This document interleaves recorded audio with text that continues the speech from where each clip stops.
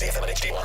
It's not just the games. It's Toucher and Hardy, Zolak and Bertrand, Felger and Maz, Joe Murray. For Boston sports fans, it's 98.5, the Sports Hub. Beasley Media Group station. Sports Hub headlines. Presented by Celsius Energy Drinks. The Patriots made 23 roster moves to get down to the required 53 players by yesterday's deadline. Among the biggest news was who they didn't let go. Kyle Duggar and Anthony Jennings both sticking around, at least for now. ESPN reporting the Pats got multiple trade offers for Duggar, but, quote, his $9.75 million guaranteed salary and how much of it New England would absorb was a hurdle.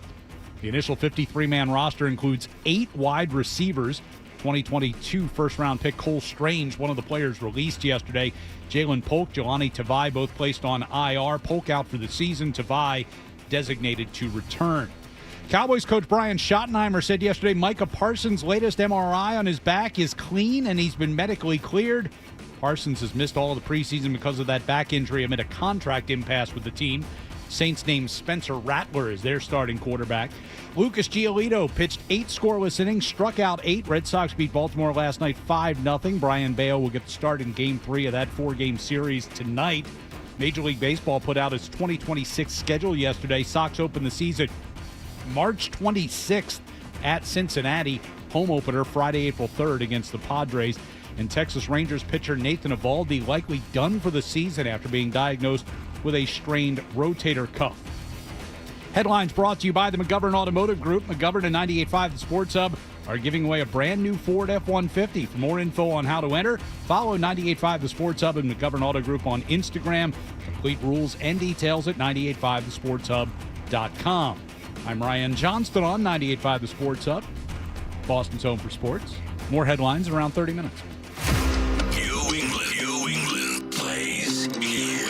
Ball down the right side. There's a separation. Touchdown pass. Yes. Perfect dive from Drake May. 98.5 The Sports Hub. Ladies and gentlemen, I need all of you to stop what you're doing and listen. Toucher They love the show. In fact, they said, Fred, you're the best. and Hardy Who's Taylor the originator? on 98.5.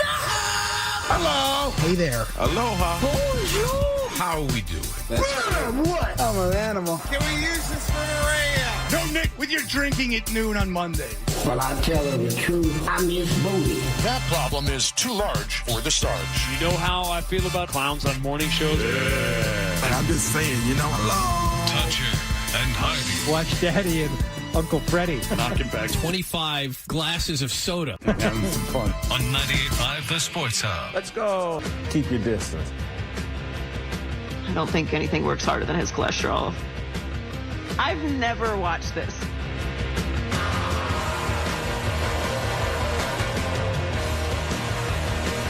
Good morning. It is the Toucher and Hardy program. No Fred, no Hardy, no Wallach. But here we are. here we are.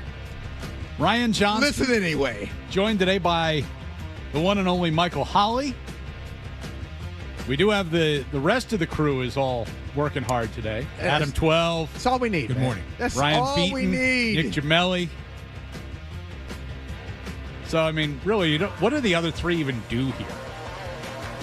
They ain't make the whole thing go. Three of them are out today, and there's only 2 of us filling in. So how tough can their job really be? That's a really good point. And So you this don't want room's that to still happen. full, so yeah, I guess it does tell you where the priorities lie, right? You gotta be more strategic with your fill-ins. If you got 3 out, you got to have 3 in.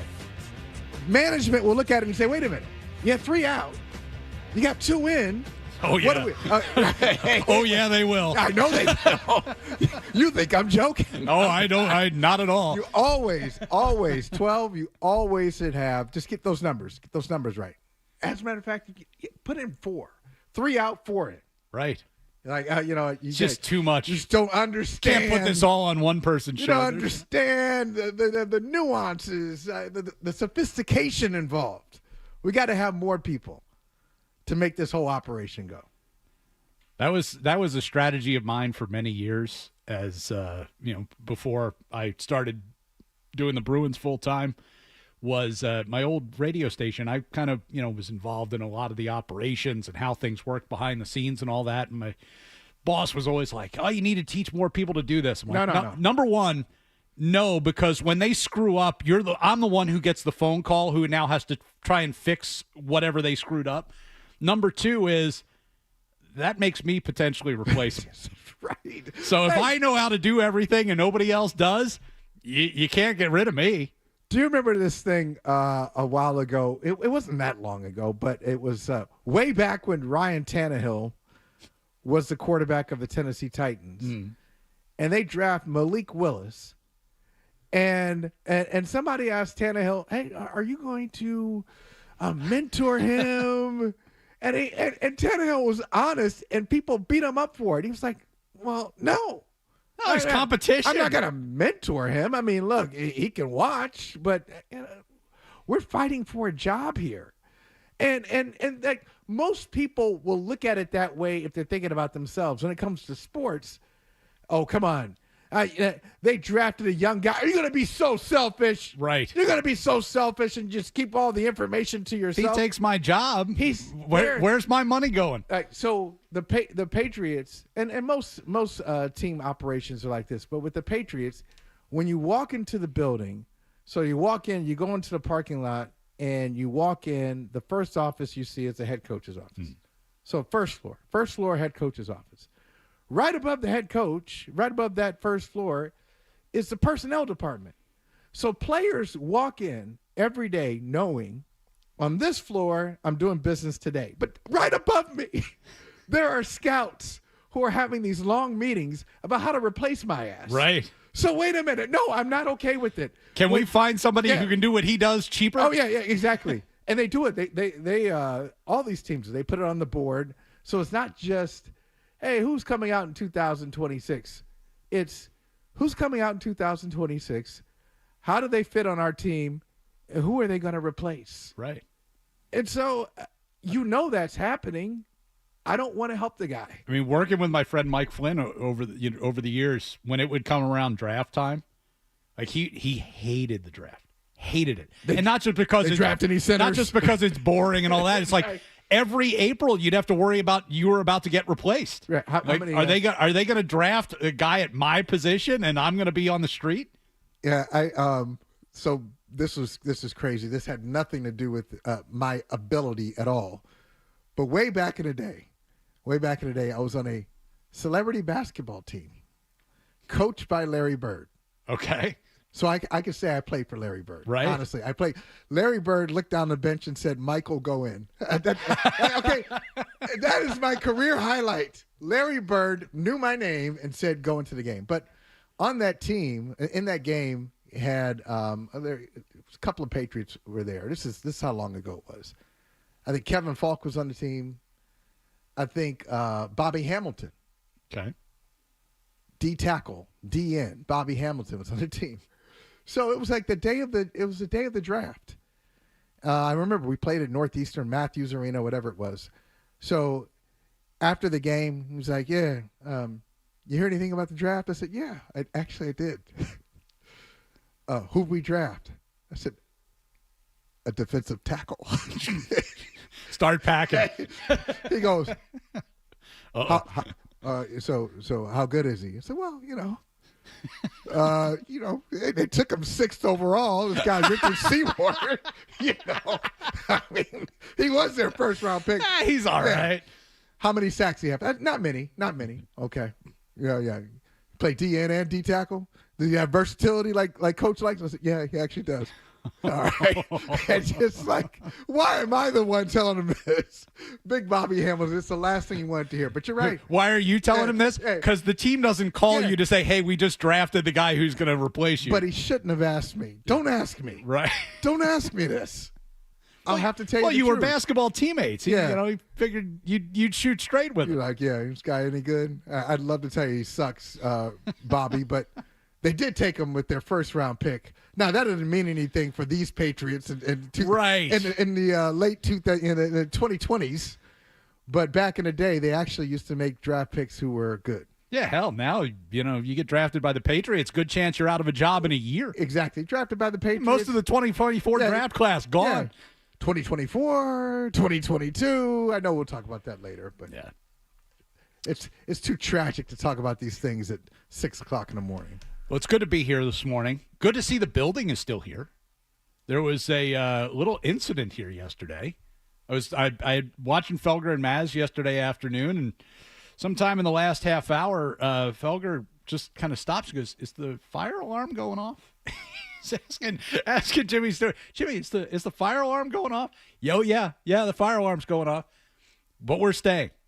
And they sat here until 6 o'clock, and then as they were signing off, they said, "We're going to delay the baseball hour for a little bit because we have to evacuate the building. The fire department's here, and they're kicking us out."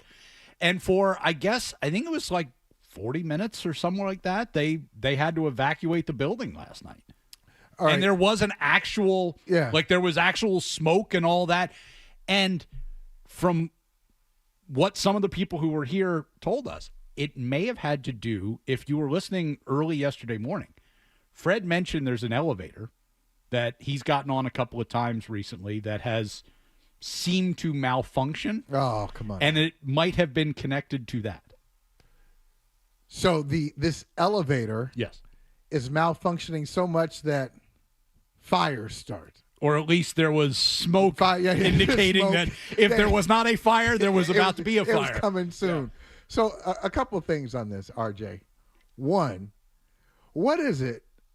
Are we so arrogant as media? And we all do it.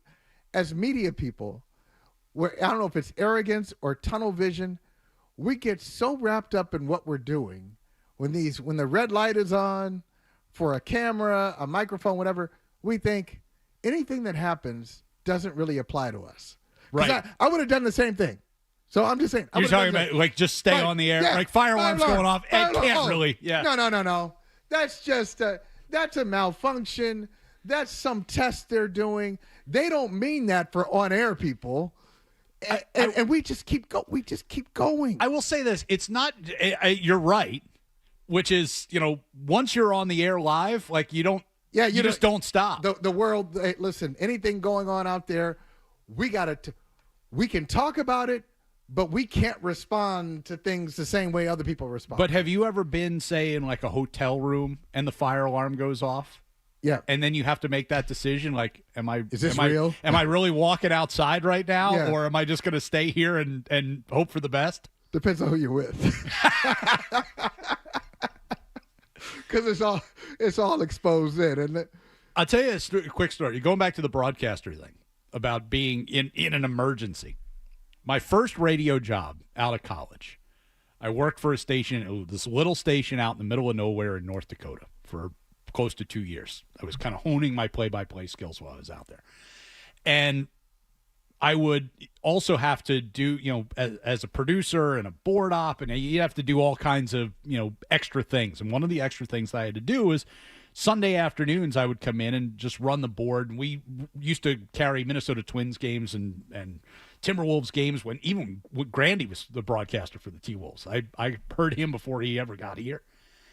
And then and Vikings games. And so I would hang out and do that on Sunday afternoons. And I'm in the building by myself. There's never anybody else there. So it was no big deal. I'd bring stuff to do and just kind of hang out and do nothing. So one day I'm sitting there and the emergency alert system activates.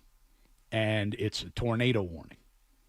And you're in North Dakota. So in North Dakota. So this is real. Yeah. I mean, this happens on occasion. It's not like Tornado Alley, but it happens. And so I'm like, okay, well, I've been trained about, how to, activate the emergency alert system. And I'm doing all that stuff. And one of the other guys from the station, one of our DJs, comes running in the door to grab the station's cell phone. This is how old this was. The station had a bag phone. One of those things that looks like the things they used to carry into battle in Vietnam to call in an airstrike, So he comes in to grab the station's cell phone because he tells me as he's running out the door, he had taken a storm chasers class one time. And so he's going out to do some live. He's like, I'll give you a call when I see something. And he heads out the door and hops in his car with the phone and heads off to see if he can try and find a tornado somewhere. With the bag phone. With the bag phone. Did he find anything? He called me like 10 minutes later. Now we've activated the EAS and we're, I'm so now if you picture this, much like we are here, like sitting here, you can't see outside. Right? I mean, we have windows in the studio behind us or whatever, but I was in this little room that was completely isolated from the outside world. I couldn't see outside. So there could be a tornado coming down the block and I wouldn't have known it. So I'm sitting in the studio and but I'm thinking, what are the odds, right? Then I get the phone call and he goes, put me on the air. So I put him on the air and he tells me he's on a hill just outside of like the downtown area, and he can see 5 funnel clouds from where he's at. 5 funnel clouds, Michael, like in all directions. And you're like, this is fascinating. But coming up next. So at this point, I'm like, hey, I'm thinking to myself, can I just let you talk? And I'm just going to go find a place to hide because 5 funnel clouds? No, thank you. I don't want any part of this. See, he is excited because when you take a storm chasing class or storm chasers class, you don't take the class thinking, I never want to see one of these things. Right. That's why you do it. It's going to be exciting for it. You're kind of rooting for it. Oh, yeah. And I can remember chaos. There was an excitement in his voice, and it wasn't like a fear. It was, hey, how cool is this? Yeah, I can see 5 funnel clouds. I can see 5, but I'm still talking to you. Right. I'm still on the air. It comes back to it. You're a broadcaster. You just think, I'm just going to keep broadcasting no matter what happens. So we think yesterday, it's all the elevator. I guess. That's what I haven't heard that from anybody official. Is there an official chaos reporter for 98.5 The Sports Hub? Is there someone that's their beat? Well, interestingly enough, later on this morning, Alex Barth is going to join us. Okay, beat reporter chaos reporter. Alex was in the building when this happened yesterday, so we can get a firsthand report of what he witnessed. I saw a photograph of he and a few of the others who were here, who were out on, I guess, the other side of the building. There's like a kind of a balcony, and they're standing out on the balcony watching. The firefighters had the ladder truck all the way up onto the roof as they were doing whatever they needed to do to make sure that the building was going to be safe. I'm going to tell you this. I trust Barth. I trust his reporting. His reporting will be thorough. It will be meticulous. Like, Barth is such a good reporter. Did you see this the other day? Mike Reese. So I'm reading Mike Reese's column, and he's talking about the kicking competition. Mm-hmm.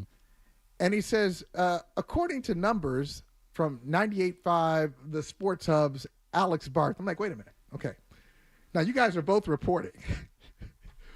But on the kicking numbers, you defer to Barth. You're Mike Reese. That's Mike Reese, right? He's kind of like, there isn't a more respected person on that beat. That's right. I mean, Mike Reese, everybody loves Mike Reese, and Reese says, hey, wait a minute. Now, on these kicking numbers, I'm going to tell you. Reese is like, I've been at this too long. Barth, you can count the field goals. I got to cite Barth on this. So Barth will have every detail that matters, every little thing in every corner, every crevice. He's all over it. I always find it fascinating when they get to practices and even the joint practices, and it happened when I was in a few weeks ago.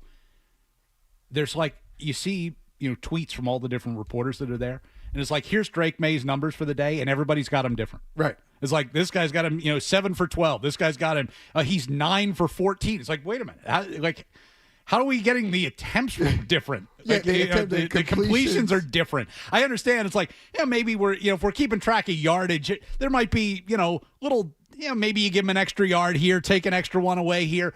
But we're getting completions and attempts different? It's not like, you would know, this is not like hockey where, hey, you know what, I'm going to give the assist. It's not just one. I'm going to give a couple people the assist on that. It's pretty cut and dry. No judgment call here. Who completed it? Who caught it? How many times did he drop back to pass? You could say, like such and such receiver had 2 drops today, and somebody might go, well, no, there was 1 drop, and the other one wasn't. He wasn't going to catch that. Yeah, it's bad pass.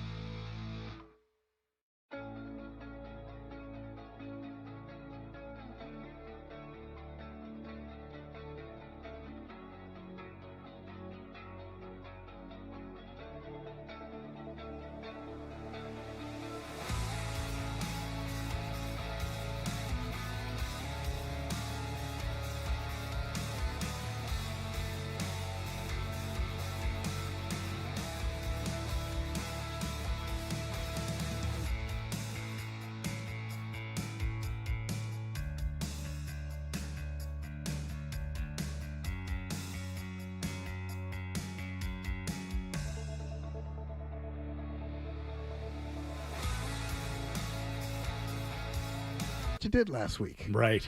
This is what you averaged. Like, damn, I'm spending that much time. But I was scrolling through Twitter a lot yesterday watching. I can't tell you how many times I saw somebody reminding me, and all of us, these are human beings, Michael. Oh, they're a lot of dreams are dying today. These these guys who have worked so hard to get to the NFL will never get their chance, or this is it for them. They're going to work at Sears next week and all that. It's like, yeah, I get it. But at the same time, fact of life. It's part of the game. Right. Not everybody gets to be an NFL player. Yeah. At some point, the ride is over. Okay, there we go. If you suck, you suck. And you may not even suck, but let's face it. If you've got 90 guys in camp, or the Patriots before yesterday had, 77 or something like that? Right. All right. Out of those 77, you haven't heard of. They're humans that you've never heard of before. Okay? And most of them were not drafted. They were long shots walking in there. They knew it. They loved the opportunity of, hey, I got to. What are you doing this summer? I got a summer job. I got a summer job, training camp. I'm a training camp body with the Patriots. So in most cases, it's not a surprise. There aren't many surprising, especially for the younger players. Right. 22, 23. Not many shocking cuts yesterday. Because I love the draft. You said it was boring and kind of hurt my feelings. I love the NFL draft. So I looked through all the nerd alert. I went through all the teams' cuts yesterday. I wasn't surprised by any of the, There wasn't a ton of big stories around the league with surprises. I would say this. Okay, here's one of the surprises of throughout football, and Mike Giardi can speak to this, and Barth can too. I thought the Swinson kid, the 5th-round pick that the Patriots cut, that surprised me. So that's the level of surprise. But the Ben Woolridge being cut, or any of the other the camp bodies, defensive linemen being cut, not a shock. But that's what we're talking about. A 5th-round pick out of LSU, who I thought had some good moments in camp, being cut by the Patriots, considering their talent level, that qualified as a surprise to me. Well, as I said in the headlines this morning, the biggest news that comes out of Foxborough yesterday is the cuts that didn't happen. So you've got 2 guys who had trade rumors surrounding them, and kind of the expectation was, well, if they don't get traded, they're getting cut. Kyle Duggar and Anthony Jennings. Neither guy gets cut. Neither guy gets traded. So as of now, they're still here. And then they kept basically all the wide receivers. It's like they just kept them. It's like how many? Hey, we're gonna have to cut 1 or 2 of these guys. Nah, just keep them all. No, we don't. We can't go. It's like we're gonna have to move some new chairs, some extra chairs into the wide receiver room because we don't have enough space for everybody. But we're gonna keep 8 wide receivers. And the reason they kept 8 wide receivers, if you just look at it, play the game at home. Play the game in your car. If the Patriots had cut one of those wide receivers, that would have left a roster space for fill in the blank. Nobody you want. That's the thing. You look down the list. I mean, other than your guy Braden Swinson, who wasn't exactly guaranteed to make the team. So maybe Braden Swinson. So if they had moved on from Javon Baker, which I would have done, move on from Baker. He's going to be a gunner. Yeah, you got to be excited for that. And you know what makes there's something like this in every sport. So I'll just say this in football. What makes a good gunner is someone who wants to be a gunner. And you can have all the athletic ability in the world and toughness in the world. If you don't want to do it, you're not going to be good at it. Matthew Slater enjoyed special teams. Like, he enjoyed that role, right? My prediction is Baker's going to suck at it. He doesn't want to do it. He said, this is the guy who was talking all that trash on draft night, how great he's going to be. Hey, get ready. There's no way there are 20 receivers better than I am in the league. And he's a gunner, doesn't want to do it. So if you maybe Baker for Swinson, I guess, but to those 8 wide receivers, they looked at it, Vrabel and his staff, and said, okay, if we we cut one of these guys. Are we really replacing them with someone better at another position? No. All right, so let's talk about the Kyle Duggar thing for a second. So Kyle Duggar, again, all throughout training camp, I heard from basically all the beat writers, he's not going to make it, right? He's not going to make the team. Trade rumors, the Patriots are trying to trade him. But I think Andrew Callahan wrote the other day, and he was in with us yesterday. Phone wasn't exactly ringing off the hook down there in Foxborough. People, banging down the door trying to get Kyle Duggar. Probably in large part because of what he's making, almost $10 million this year. And ESPN reports yesterday afternoon that the Patriots did get multiple trade offers. Multiple trade offers, Michael, for Kyle Duggar. But, this is a big but, and this is a direct quote, his $9.75 million guaranteed salary and how much of it New England would absorb was a hurdle. So they had multiple trade offers on the table, but the other teams are saying, we're not paying $10 million for this guy, guaranteed. You're going to have to eat some of that, and the Patriots balked at that apparently. All right. Now, you've been doing this for a long time, as have I. Do you ever talk back to articles? You ever talk back to reports? I know you do. I do the same thing. I'm talking back to that because now I have more questions. Just that line you read brings up a lot of questions. So multiple, are we talking 2 or are we talking 6? All right, so multiple. I'm gonna guess it's 2, maybe 3. 2 or 3. Yeah. And if you have different organizations and the money is a hurdle, who had the best offer? And they didn't all say, you take all the money. I mean, maybe one of those teams said, all right, look, we're going to need you to pay $7 million. Out of that, we'll pay him $2.5 million, but you're going to have to pay $7 million. Did somebody say nothing? We're not going to pay anything. We'll take the player. Did somebody say half? I mean, like, at what point? That's my question. At what point do the Patriots say, yes, we'll do that. We support the head coach who doesn't think that Duggar is a fit for his defense, and we will go this far? Here was my bigger question because. Listen, I think Kyle Duggar still has something he can offer the team. I do too. Right? Now, maybe it's not $10 million worth, but if you're going to eat a good chunk of that anyway, then why not? He can be a backup on this team. They're not that good that, a guy who has his experience can't do anything for you. But could you have potentially gotten something in return for him or gotten more for him if you ate that money, right? So if a team comes to you and says, we'll take Kyle Duggar off your hands, we'll give you a 7th rounder, and we'll take Kyle Duggar. Or they say, you eat half the contract, we'll give you a 5th rounder, right? Where sometimes that's the negotiation is, if we take more money, we get more in return. So could you put – that would be my question about that report is – could you have bought yourself better compensation? Absolutely. Because it's not like you can't afford the money. It's not like you can't afford the cap hit that comes from getting rid of him. You're looking to get rid of him anyway. So could they have gotten something of value if they ate a little bit of that money? That's my bigger question. Well, I don't think they care about the cap hit because they got tons they of shouldn't. They don't care about the cap hit because they got tons of space. What they care about is $9.5 million guaranteed, which is not funny money. That's real. Yeah.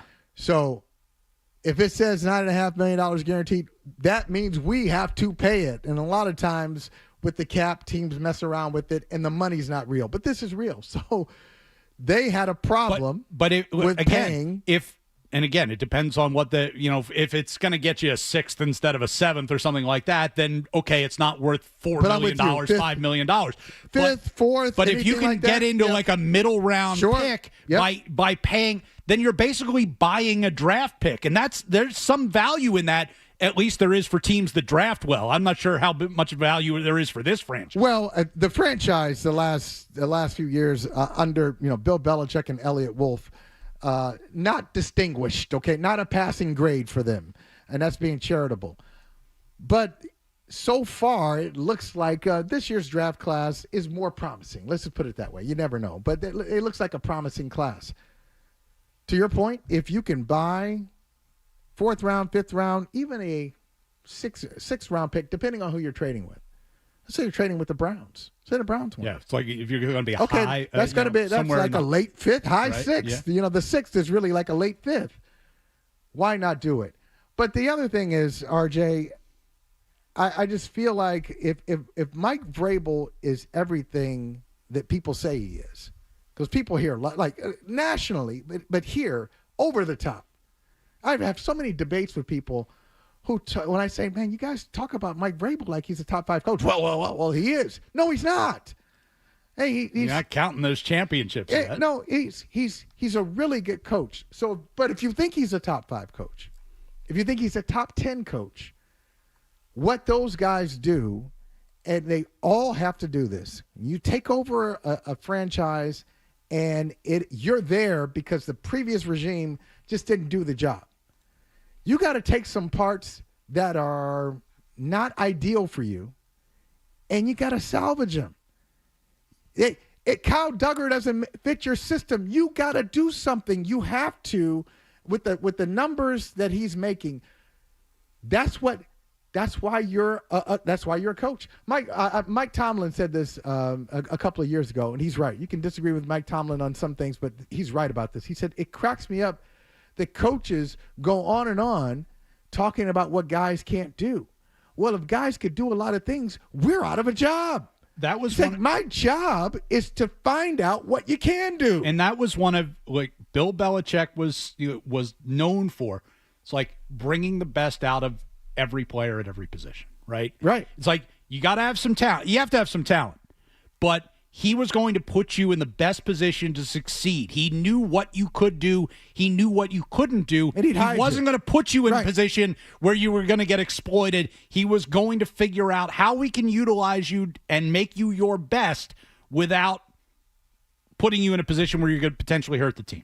So they've got to, now they've made the decision that they didn't want to play ball. Sorry, RJ, they didn't want to follow your plan. They didn't want to buy any draft picks. I want more info. They don't want to buy anything. I want more info. So I want to know. I want to know what kind of offers they were getting. Good Again, question. I'm not expecting that teams were beating down the door offering, high draft picks or anything in that form of compensation. But if you could have spent like $4.5 million and bought yourself a mid-round pick and you didn't do it, then I have a question. It was a day 3. I'm sure it was a day 3. Day 3 pick was involved, and if a day 3 pick's involved, hell, why not?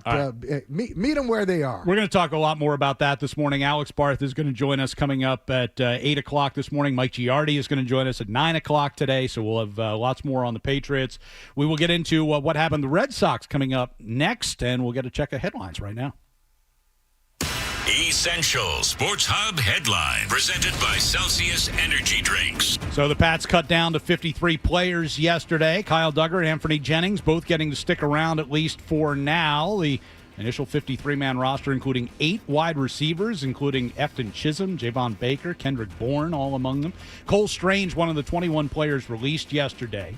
Saints named Spencer Rattler as their starting quarterback. Cowboys coach Brian Schottenheimer says Micah Parsons' latest MRI on his back came back clean. He's been medically cleared, but whether he's going to start practicing is anybody's guess. Lucas Giolito pitched 8 scoreless innings last night. Red Sox shut out Baltimore 5-0, taking the first 2 games of that series. Brian Bayo starts Game 3 of the 4-game set tonight. And Texas Rangers pitcher Nathan Eovaldi likely done for the season. He's got a strained rotator cuff. Headlines presented by Celsius Energy Drinks. Refresh your energy with zero sugar, essential vitamins, and proven ingredients. I'm Ryan Johnston on Boston's Home for Sports, 98.5 The Sports Hub. More headlines at 7. Stay tuned for more Toucher and Hardy on the Sports Hub.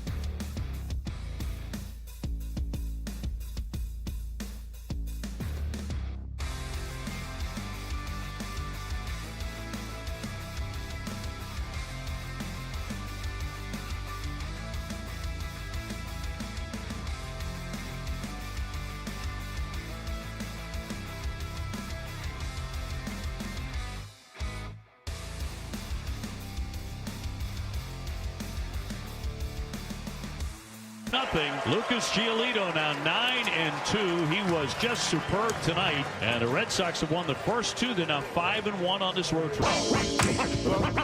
Ryan Johnston and Michael Holley in for the guys here on Toucher and Hardy. 617-779-0985. You heard the wrap-up last night's Red Sox win. Back-to-back wins down in Baltimore. Start that 4-game series. Lucas Giolito goes 8 last night. 8 scoreless innings. I think it was 8 strikeouts, 4 hits, I believe it was. Yep. One walk, right? 1 walk right at the end there. He started control. He got over like 90 pitches. Control started to waver a little bit there in the 8th inning, but he got through it, and they finished it off with a 5-0 win. Michael, do you believe? Yes. You believe? Like I do. They're starting to feel. I'm starting to get that feeling, right? Yeah. You start seeing performances like this, starting to get that feeling. Something's happening. You look at, so you already had it. You know what you have in Crochet. So Crochet, great acquisition. He's an ace. There's no question about it. You got that guy. Game one starter, game 7 starter, that's your guy. Then you got Bayo. Bayo's been good for a long time. Now, if Giolito's been good he's had a nice little stretch here too. Come on. You got three starters. Not to mention like what your closers Whitlock right and now. Chapman. Yeah. Both of those guys. Yeah, I believe it. And I've intentionally mentioned the pitching because that's what I think that's what it comes down to. That's how you don't slug your way to a World Series. I just don't think it doesn't happen. You're going to have some reliable pitching in big moments, and I think that's what it is. That's what it is for the Red Sox. They've got it, and I didn't think they'd have it. I got to tell you, I was totally wrong on this. Going back to the trade of Devers, when Breslow said, "Hey, ultimately we could be better without Devers," I was like, "Man, you were out of your mind. You're not going to be better without Devers. You don't trade a guy. You don't trade a bat like that and get better." They did. So now they look like a legitimate playoff team. They look like a legitimate contender. I'm not saying they're the best team in baseball. They're not the best team in baseball, but they look like they can hang with anybody. They're not the best team in baseball, but like they're like who in the American League is blowing doors off? Right. I mean, it's like, you get the Tigers, the Blue Jays, Astros. Like they're good teams, but they're not. Like, I gotta tell you, the Blue Jays though. The Blue Jays are impressive, and I've been waiting for the Red Sox. A couple of weeks ago, I said, "Hey, division's in play." No, it's not. The Blue Jays 4 games out. Yeah, but still about a month to play. Yeah, but they've got things are working out. If I'm talking about Breslow was right, things have worked out for the Blue Jays to the point where they pick up Shane Bieber, and I'm like, okay, good luck with that. And you see his last start, he was amazing. They got Max Scherzer. I mean, they made some good moves in the offseason and at the deadline. So I think they're legit. Now, are you scared of them? No. But I think if I had to say who's the better team right now, the Blue Jays or the Red Sox, I said the Blue Jays are better. But not significantly better. But they are better. They deserve to be in first place. A few injury updates yesterday from the Red Sox. Richard Fitz left the game the other night. Has been diagnosed with right arm neuritis. You know what that means? I don't. Some sort of a nerve thing. So they're saying the ligament in his arm is okay. He's having tightness in his bicep the other night. That's why he came out of the game. So it's something in the bicep and the nerves around it that is causing that. They're going to reevaluate him when they get back to Boston. But he's gone onto the injured list as of yesterday. Rob Refsnyder took batting practice yesterday. Expected to be reactivated either today or tomorrow. Justin Slayton has done well in his rehab and is also expected back in the next day or two to rejoin the staff. So they're getting healthier. They're getting production from a guy that a lot of you, and I'm with you, A lot of you wanted DFA. That would be Trevor Story. Hit his 200th career homer. That doesn't mean much to me since he played his most of his career in Colorado. But he looks like a good player now. What was I saw a stat last night, and I didn't jot it down. But the 200 career homers and over 150 stolen bases. That's like... Yeah, and it's like a handful of guys, a handful of shortstops, and I think it's 7. Only 7 shortstops have done that. So yeah, it's I mean, career-wise, it's a good number. And this is the first year you can look at Trevor Story and say, "Oh, I'm glad he's on the team." Right? Really, isn't it? Yeah, it's the first year when they signed him. It's legit. 6 years, $140 million. You would like to think that would be the case. But, I thought he was going to go the Chris Sale route. I did. First got him, I was like, he's going to end up getting traded and then, tear it up elsewhere? Well, or no, just always have some type of injury that was going to prevent him from helping the team. Just always something. Hey, here it is. This injury, it's not a big deal. He'll be out for a week, and he winds up being out for a month or a month and a half. I just thought it was just going to be something with Trevor Story, and he's actually put something together this year. All right, so the Red Sox win last night. Game 3 of that 4-game series is tonight. Brian Bayo, who you mentioned, going to be on the mound for that one. Red Sox got to be thinking 4-game sweep. Do you believe? I kind of do. I'm not all in exactly, but I kind of do. What's keeping you out? What's the reservation? I don't know that I have a particular reservation. Listen, if I were in this chair full time, I was there every day, I would be just salivating at when this team gets to October and they fail because they failed to add something at the deadline of value, and they could have taken a real swing at this, and instead they'll just be happy to get into the postseason and then get eliminated. But it's fun to have October baseball. It's fun to have this baseball now. Period at the end of August to be able to say, hey, they're actually playing games that matter. It's what we talk about with the Patriots now. It's like, can you keep yourself in the hunt into December? Can you be on the graphic they show in mid-December that says, like, here's here are the division leaders, here are the wild cards, here's the teams in the hunt, and you're there on that list that you still have a shot at making the playoffs whether you do or not. Yeah, make the entire season relevant. Right. Not, you don't want people checking out with like a month and a half to go. Yes. That's not fun. We've learned that a lot over the course of the past few years. We have. All right. We're told that Adam 12 is a game for us to play. Ooh. Yes. We don't.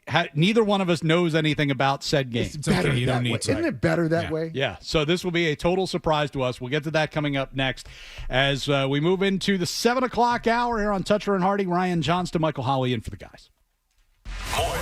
More Toucher and Hardy on.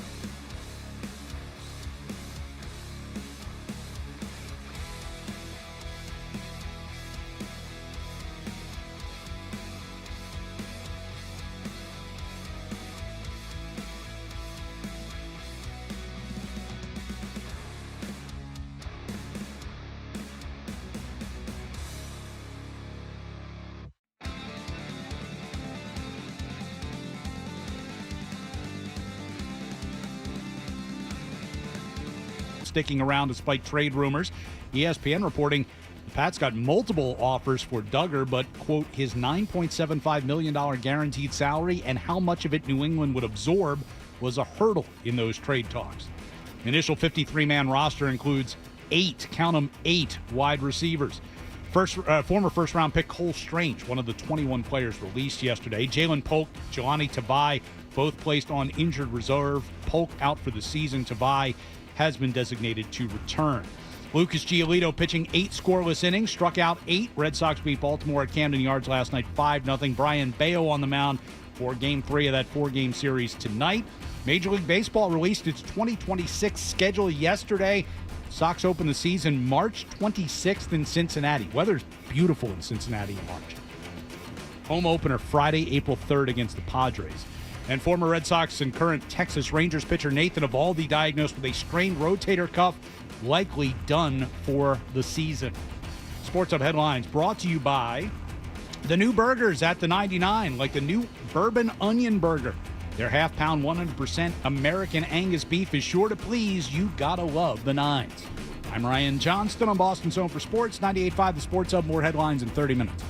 Come on, let's face it. Your summer barbecue, it's just training camp for tailgate season. And Patriots training camp is where the Sports Hub will be as the team gets ready for a new season with a new coach, Mike Vrabel. Keep it on the Sports Hub, and we'll keep you up to date with all things Patriots. 98.5 The Sports Hub. Oh boy, I guess it's time for more Toucher and Hardy on 98.5 The Sports Hub. Uber when I was, or Lyft or whatever it was, when I was leaving the station yesterday. They were camped out on the corner waiting for their ride to the airport. So they were headed out today. Wallach, I golfed with Wallach on Monday. How'd you do? How'd he do? I shot an 83, which equaled my handicap on that particular course. And Wallach shot a 98. Not a good day for... He was distracted. He was pleased. He was okay with that. He was okay with if the 98? as long as he broke 100, he said he was going to be happy. He's not a, he was telling me his wife is a much better golfer than he is. So you said, and so why am I golfing with you? Right. I should have invited Mrs. Wallach. Wait a minute. This is not competitive at all. But I was telling the story yesterday. Wallach nearly went ass over tea kettle, like falling down into a bunker. Yesterday, when we were out there, like he had a shot where he was on a very steep uphill lie just above the bunker. Yeah. And he took a Herculean swing at it, barely made contact with the ball, like just nicked it, and it rolled backwards down into the sand. And so did he. And so he picked the ball up, put it back in the same spot. I'm like, John, just toss it up onto level ground and go ahead and hit the shot. We're not, we didn't have any money riding on it or anything. I don't care. And he's like, no, I'm going to hit this shot. And he put it right back, and he did. He actually made contact, but again, fell down the hill and almost ended up on his ass in the sand. Where are the pictures and videos when we really need them? I said this to Fred yesterday. I said I was kicking myself that I couldn't get my phone ready in time for the second shot because I was convinced he was actually going down on this one, and I needed video of it, but I was standing outside the cart and the phone was in the cart and I wasn't going to get to it in time, and I wasn't going to miss being able to see it myself either. So, but yeah, we had a good time, and then Hardy also he was playing at the International the other day. Oh yeah, he's playing it always. He's playing somewhere all the time. I haven't gotten an invite yet. I haven't gotten an invite to play with him. I haven't gotten an invite on the golf show. Really? Yeah. I would think that you'd be 30 plus rounds under my belt this summer. I got lots to talk about. When we talked to you filled in on the show earlier this summer, and we were checking with you. You're like, yeah, it's off season. I'm golfing whenever I can. Don't make the cut for Hardy. I mean, what's going on there? I mean, you've contributed to the show. You've done everything they've asked you to do. I mean, at the very least, just a courtesy invite, right? Maybe he's been booked. I know he gets booked up. There's a lot of people in line to be on. Talk to his executive producer over here. That's right, Ryan Beaton. That's the guy to talk to. And you know, even if he gives you one of those invites, and this is the fraudulent ones. Hey, RJ, what are you doing on September 14th? I got a Bruins thing. Right. He knew that. Yeah. I know you do. But I can always say that I invited you and you couldn't make it. So now the problem is yours. You have those kind of long-distance friends or relatives Right. like, oh, you guys should come down for a visit. Oh, yeah, well, we'll have to do that. It's like everybody knows. It's all understood. This is never happening. Never going to happen. But we're going to proffer the invitation. You're going to say, hey, that sounds like a great idea, and we'll never speak of it again. Yep. All right. We've got a game to play. Adam 12 has it tells us in the pre-show meeting today he's got a game. The less we know, the better. So. Yes. Well, the big story right now, of course, is the Taylor Swift Travis Kelce engagement. It's all over. Wait, what? Yes, right. What exactly. happened? Yeah, it's huge. Everybody's talking about it. So I use that as a jumping off point, and I'm going to quiz the two of you on some famous musician-athlete couples, because there are many of them. We played Shakira to come into the segment. She, of course, with Gerard Piqué, the Spanish soccer player, won the World Cup back in 2010. They were together for about a decade or so. So I'm not gonna pit you against each other. We're gonna see if we can run the table. If the two of you together can get all seven of these. So we got teamwork. We get to work together. Yeah, you get to work All together. right. You guys have been doing a fantastic job of that so far this morning. So I figured we'd make that the theme. So we'll start with this artist, Ciara. She does it all: singer-songwriter, dancer, model. She is married to one of the corniest quarterbacks in the entire NFL. Who is Ciara married to? Starting us off with an easy one, huh? Yeah. Yes. Okay. That would be Russell Wilson. That would be Mr. Unlimited himself. Mr. Unlimited. Yeah, so. Go Hawks. Yeah. and then I love the other one. Let's ride. Let's ride. It's Mr. Unlimited. Tom. Yeah, I mean, we're thankful here on the Toucher and Hardy show because he's given us quite a lot of audio to play around with. Dangerous. Yeah, come on, man. Like, come on, man. But listen, have a little bit of self. Hey, 12. Yes. 12. Yes. He's doing something right. Hey, obviously. Ciara. He's got Ciara. He's still playing in the NFL. You know. No, but Ciara. Yes. They've been together a long time. They have. Man. Yeah. Well, didn't they do the whole celibacy thing too? I think that was part of their story or something along those lines. I'm glad you said it that way. It's part of the story. Yes. It's part of the story. But come on, bruh. Please. I mean, like, I don't believe you. There's finding someone who matches your freak, and then there's finding someone who also has no freak. Yeah. So I guess either one of those scenarios it works. Ciara and there's Ciara and you're Russell Wilson. Like, no, I'm just gonna wait. Okay, you really are a cornball, man. Yes, he totally is. What's wrong with you? Okay, this one I don't know, might be a little bit harder. Another singer-songwriter. They traded for him the same year. They had J.R. Smith and this guy. Yes. Yeah, I can see his face. He's 6'5", defensive oriented. Yes. God. What's his name? It's Amon Shumpert. Shumpert. Yes. Shumpert. Yes. Yes. All right, so you're 1 for 2. You're still bad. But I had him. I had him. All right, you get half credit for that. Yeah, give us half. We'll give you half. I had his whole thing. Okay, let's come back. Name. Let's come back with an easy one. Now, J-Lo, you could run down the list of famous people that she's been romantically involved with, married to, dated, whatever else. But there's only one ultra-famous athlete that she was famously engaged to for a short period of time. She was engaged. She was engaged to, but they did not get married. The engagement began before the pandemic and did not. Like a lot of relationships, theirs did not make it through the pandemic. Did they have a caption saying your English teacher married your gym teacher? No, they did not. No, wow. J-Lo and this famous athlete. Poor A-Rod. Ben Affleck doesn't count as playing Batman. Was not a very athletic role for him. Alex Rodriguez is absolutely. Boy, I don't. This is how little I pay attention to this. I don't remember them being engaged at all. I didn't know. I remember them being together. I remember Times Square. They had the whole thing. They had the blended families, right? I didn't know they were engaged, though. Yeah, just for a short period of time. Again, it was like 2019, and then the pandemic came, and everything turned upside down, and all of a sudden it was like 2021. Oh, they're not an item anymore. Who would you say the most famous, because J-Lo's been with a lot of people, who would you say the most famous or infamous? Well, not infamous is easy, but who's the most famous person It's got to she's be. been with. It's got to be Affleck because it's been twice through, right? Didn't they? I mean, they were together a couple of times. He's a pretty famous, pretty famous movie star. Does Affleck's fame exceed A-Rod's? Probably.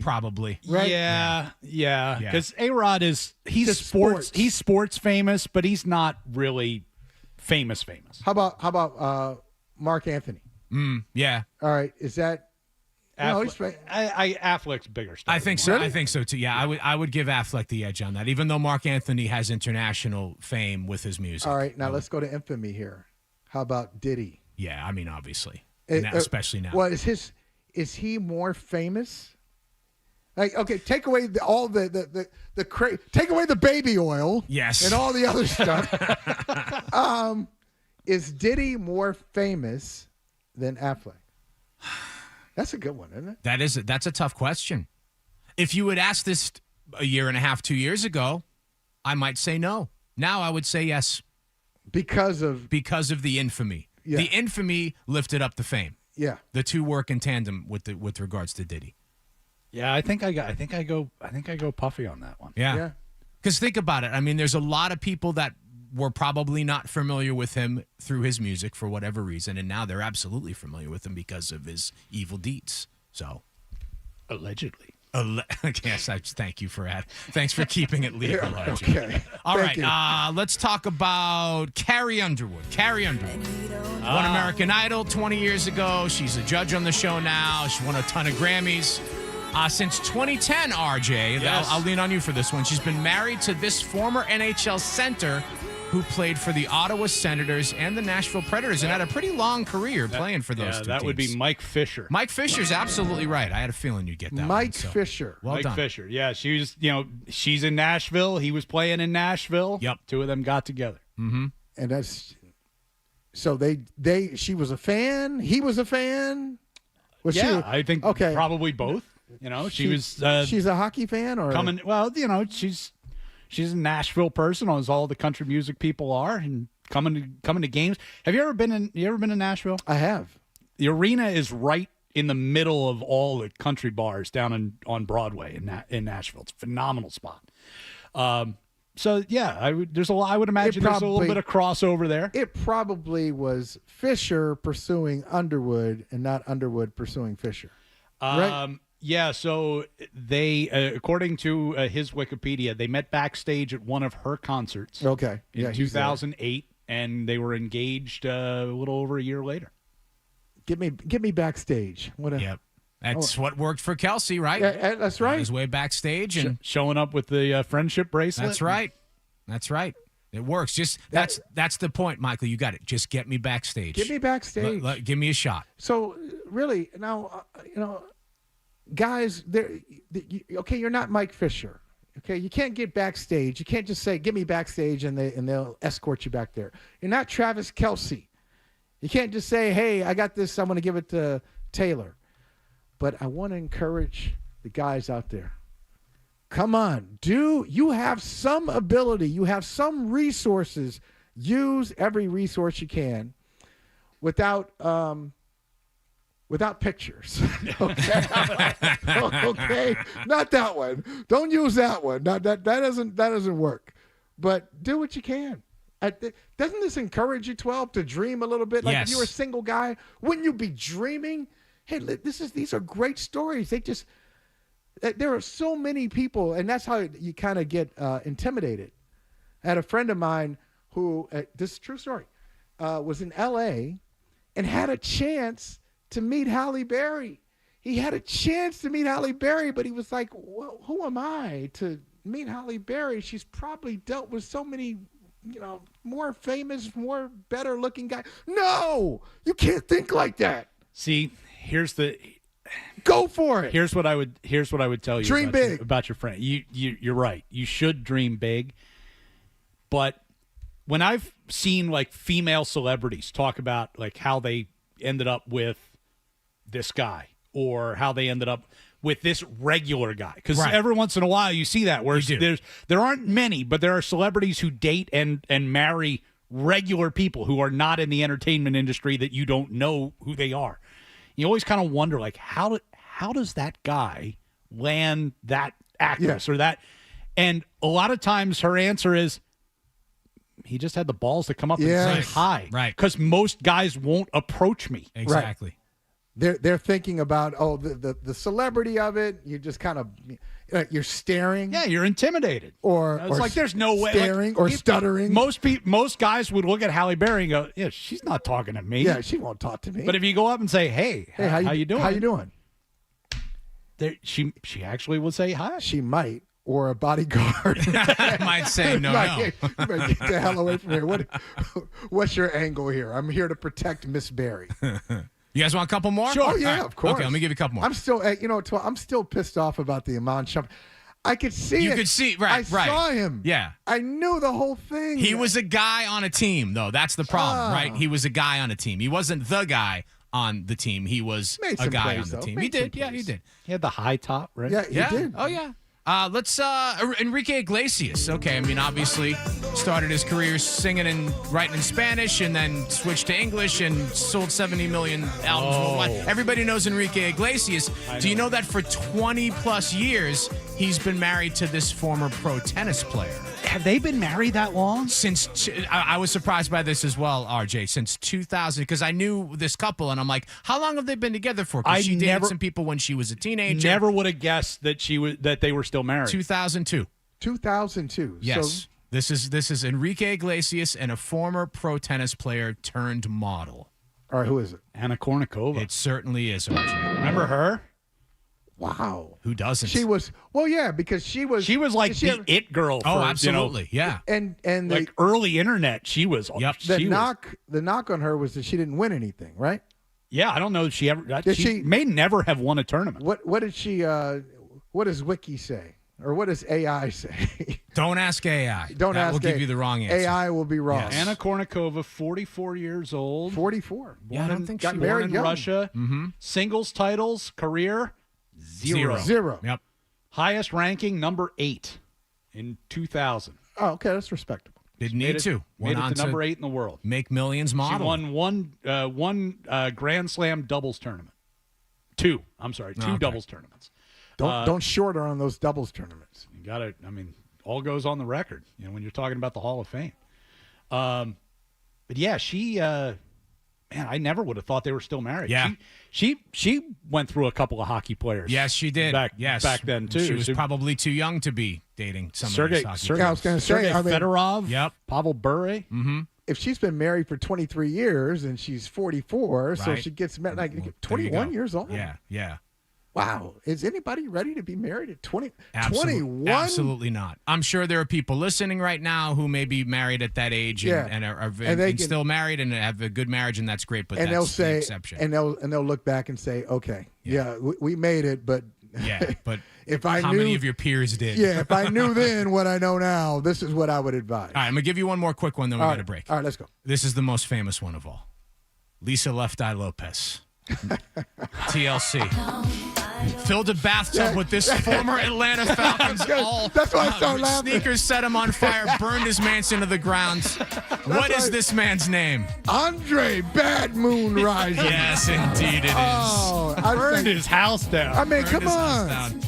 There's some toxic relationships, and then there's burning your house down, kind of toxic. If I'm not mistaken, correct me on this, 12. Yeah. She burned a man's house down. Uh-huh. Or maybe their house. Yes. I don't think they were done after that. I think they got back together after that. Yeah. They did. Yep. Wow. R.I.P. Lisa Left Eye Lopez, and thank you for giving us one of the great moments in crossover sports and entertainment. Wow. Burned the house. That's love, though. That's love or something. That was 1994. Yeah. They dated off and on from 93 to 2001. Yeah. So hey RJ, what do you think the source off and on 8-year relationship is after that's a lot. That's a lot. Down. You're going through a lot. And everybody in any relationship knows there are certain things that over the years you're supposed to let it go, but it just kind of starts arguments. What do you think was their trigger point? Out to dinner, 1998. They're talking. Hey, you know what? It's not like I burned your house down. You know what I mean? It still comes back. I was going to go the other way. How many times do you think she turned to him and went, "That's why I burned your house down"? Right. That's right. That's right. You deserved it. I should have burned other houses down. All right, we will continue here. It's Ryan Johnston, Michael Holley in for Toucher and Hardy on a Wednesday morning.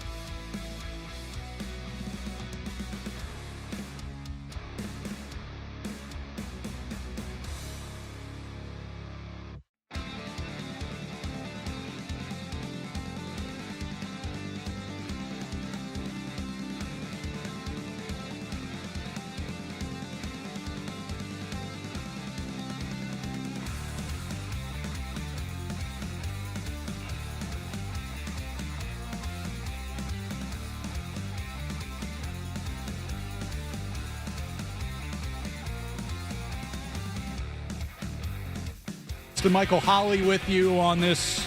Now that would be earth-shattering. That would have been Like, earth-shattering. wait a minute. This is all a Talking ruse. about a big heel turn. Jason Kelce just to get to your brother. whacks his brother across the back with a steel chair and steals his girl.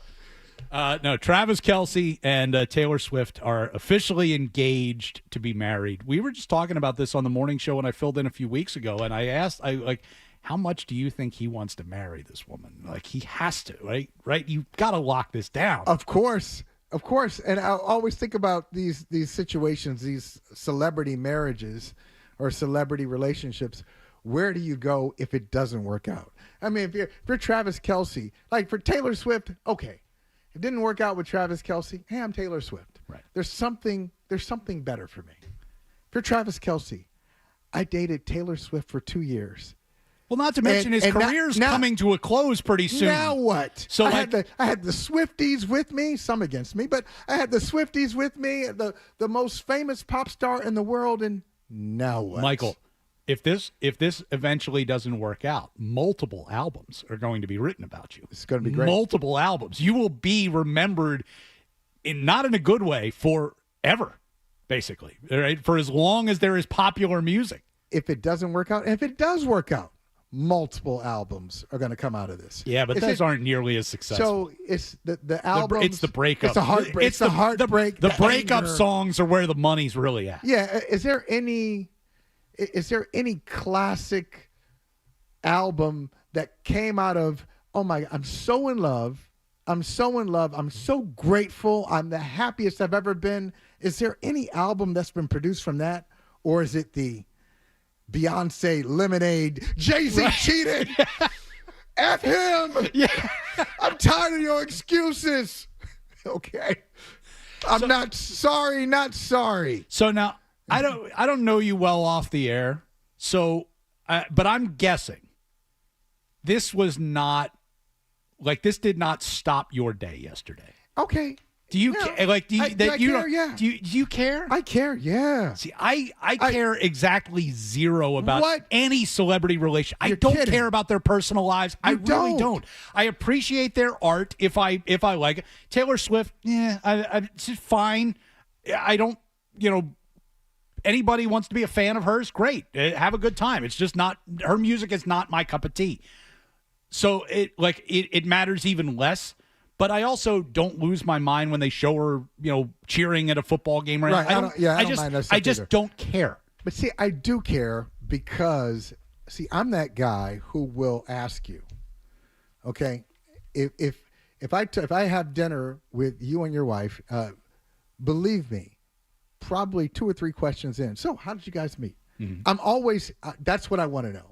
Well, because you're a journalist at heart, right? You're always kind of want to know the backstory. I'm just fascinated by how people come together, how connections, near connections, all this stuff, all the stories, and so I just look at it and say, Taylor Swift is engaged to Travis Kelce, and she knew nothing about football, and here we are. Taylor Swift is going to Kansas City Chiefs games, and she's coordinating her outfits with what the Chiefs have. And there's this whole subset now that exists because Taylor Swift is a Chiefs fan. That's just weird to me, but it's fascinating. And I mentioned earlier that he just shot his shot when he saw Taylor Swift and they connected and it's still going. It's like, so hey, 2 celebrities meet and they date. That's not a big deal. That happens all the time. But 2 celebrities meet. They go out a few times. It lasts a year. It lasts 2 years. And now we get a picture from apparently maybe his backyard. looks like the public gardens or something, right. But it's his backyard. And they're getting married. That's just wild. Well, okay, so you're more excited about this than I thought you would be. I want to know more. I want more details. More details. Okay. I wish them the best. I hope they're happy. I hope they spend the next 50, 60 years together in wedded bliss. That'd be terrific. Doesn't affect my life one way or the other. Are they going to have kids? Oh, Michael, can you imagine what the response is going to be when she announces the pregnancy? Baby Swift. Oh, my God. Because yesterday, a good chunk of the world lost their collective minds. Now, I understand, like, you're a Swiftie, you've invested yourself in her music. It's very, a lot of her songs are very personal about relationships and, things like that. Very well known for, as we said, the breakup songs. So, all right, you care about her personal life. You want her to be happy, and she apparently has found the man of her dreams to make her happy. But some of it feels like it's a little much to me. Like, for instance, I saw this video yesterday. What we're about to play for you is a woman named Olivia Rinaldi, who is a CBS News White House correspondent. Okay, kind of a big job. Big assignment. She is standing outside the White House on camera. Like, she's not on live, but she's, there's a camera on her. She's getting ready to do a report when the news breaks. This is a White House correspondent finding out that Taylor Swift is engaged. Taylor Swift is engaged. Taylor Swift is engaged. Taylor Swift is engaged. Come back to me. She just posted it. Oh my God. Oh my God. Oh, it's huge. The ring is ginormous. This is so exciting. Oh my God. Oh my God. Oh my God, it's on her Instagram. It's on her Instagram. It's on her Instagram. Oh my God, oh my God, oh my God, oh my God, oh my God. I feel like Paul Revere right now. This is a very exciting moment for me in my professional career because I get to announce that Taylor Swift and Travis Kelce are engaged. As you're talking to Joe Lang, our lovely producer Gabby Ake texted me and said, Taylor Swift's engaged, and you can see it right there on her social media. She put it up in that post that they got engaged with the caption, your English teacher and your gym teacher are getting married, with a little dynamite sign there. So very exciting here that we get to break that and tell you about that. All right, Swifties for life. I have a feeling, though, based on his prior statements, the president will not be having a Taylor Swift wedding in the ballroom. Hopefully that can shift and change. We can have some world peace, right? Olivia Rinaldi, thank you so Reed, much. I volunteer to cover it in case you need. I'll be there to cover it. Thank you for the sacrifice, Olivia. We appreciate you, my friend. The anchor trying to steer back. Like, you're the White House correspondent, right? Like, maybe you want to include, like, how does the president feel about this? Well, she should ask him. Like, how entertaining would that be? Somebody did ask him yesterday, and he just talked about how Travis is a great player, and he said she's a good person. I wish them well. Like, he actually took the high road yesterday. Shocked, and he'll come back. Ask him again. Yeah, ask him again. But back. She turned into like a 12-year-old girl. Oh yeah. Oh my God! Oh my God! It's on her Instagram. Oh my God! Oh my God! Look at the ring. It's huge. Oh my God! Like, she's standing on the lawn of the White House. This is the biggest story I've ever gotten to cover. I feel like Paul Revere, she said. I feel like Paul Revere. It's the big moment for her career. For her career, that she gets to announce the engagement. And but you didn't announce it. You just said it was on her Instagram. Right. You're just repeating They something. announced it. Which is, and someone pointed out to me last night at NBC Sports Boston. I'll give a shout out, Sarah Cordero, who is the biggest Swiftie I know, one of our producers. So she knows if I need to know anything about Taylor Swift, I'll go to Sarah and say, hey, Sarah, what happened? She'll just give me chapter and verse, context, background. She's got it. But she pointed out that the real story is that it didn't leak. Right. That Taylor Swift was able to announce this herself. I mean, that's you want to talk about. Schefter didn't break the news. No, the Adam Schefter of the music game, whoever that is. Yeah, who is the Adam Schefter of the entertainment world these days? Who is that person? But nobody got it. And there wasn't even speculation on, hey, something. I'm hearing that it's getting close. And she was able to think about Taylor, the newsbreaker, the last few weeks. She goes on New Heights and says, here's my new album. And then Instagram, here we go. Or Twitter, whatever it was. Both. Amazing how that All timing the above works, isn't it? Yeah. You know, we're engaged. I'll do the podcast. We'll announce the new album. Then, like a week later, we'll come out with the engagement photos. And well, some people were doing the whole breakdown of, hey, when did it actually happen? Because just because they posted it yesterday, it didn't necessarily happen yesterday. Some people think it happened right after that New Heights podcast. So she comes on, says, "This is my album," and then they go outside to the courtyard. Oh, like same day? Yeah. I bet it. Right after. I bet they were already. They were already engaged then. Oh my God. Oh my God. There's a lot of PR people and memos and things that had to go back and forth to how are we gonna break this news and all that. I'm guessing it's been a few weeks. Who was the photographer? And like all these people who knew, like whoever was signed the non-disclosure agreement. You do anything if you say you're not. As a matter of fact, you're gonna take these pictures, and then you're not allowed to leave the compound. Right. Okay. You're staying here. You don't have any communication. Now you can't leave. It's ginormous. Yep. No phone, no email, nothing. All right. We gotta break. When we come back, Michael, John Henry in the news yesterday. Red Sox owner for something that he did with a fan. And it amazed me. But even perhaps more amazing is what he was watching on television at the time. So we will get to that coming up next. Ryan Johnston, Michael Holley in for Toucher and Hardy. I feel like Paul Revere right now.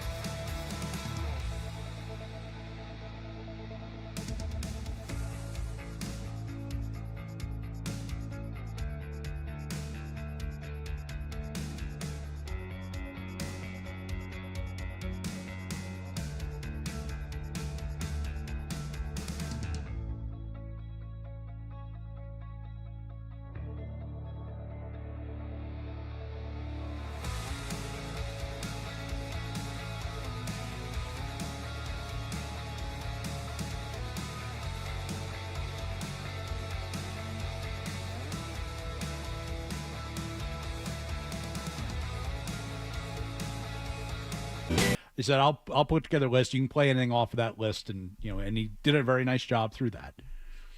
I said, we did not want, under any circumstances, do not play the Black Eyed Peas. Okay? Wife and I, not a fan. Just didn't want to hear it. Like, let's get it started. No, yeah, all the popular songs. Please right. do not play. Like, don't play the Black Eyed Peas. And then here are the last 2 songs of the night that we want to play. One slow, one fast. Right? Anything else, up to you. Read the crowd. Like, give us a good party. Did the first part fine. Played the playlist. No Black Eyed Peas. No. Mid reception. Oh yeah, he's playing Black Eyed Peas. Oh, he did. Oh, he played the Black Eyed Peas. It's disrespectful. What happened? Was he drunk? He just. Well, wait. So he plays the Black Eyed Peas. Not only does he play the Black Eyed Peas, but as he's starting the Black Eyed Peas, he says, "This is the last song of the night. Everybody out on the dance floor." This is not the 2 songs that we asked for last, to end the night. And this is the one song we told you were not to play. And which one was it? It was Let's Get It Started by the Black Eyed Peas. He played Which doesn't even make sense for the last song of the night. That's what I'm saying. But so we're out having a good time on the dance floor. I hear that, and so I go like charging up in the DJ booth, and I go, "What the hell are you doing?" I said, "This was the one thing you weren't supposed to play." I said, "Where are the 2 songs that we told you we were supposed to end the night?" And you know what he says to me, Michael? "What are they?"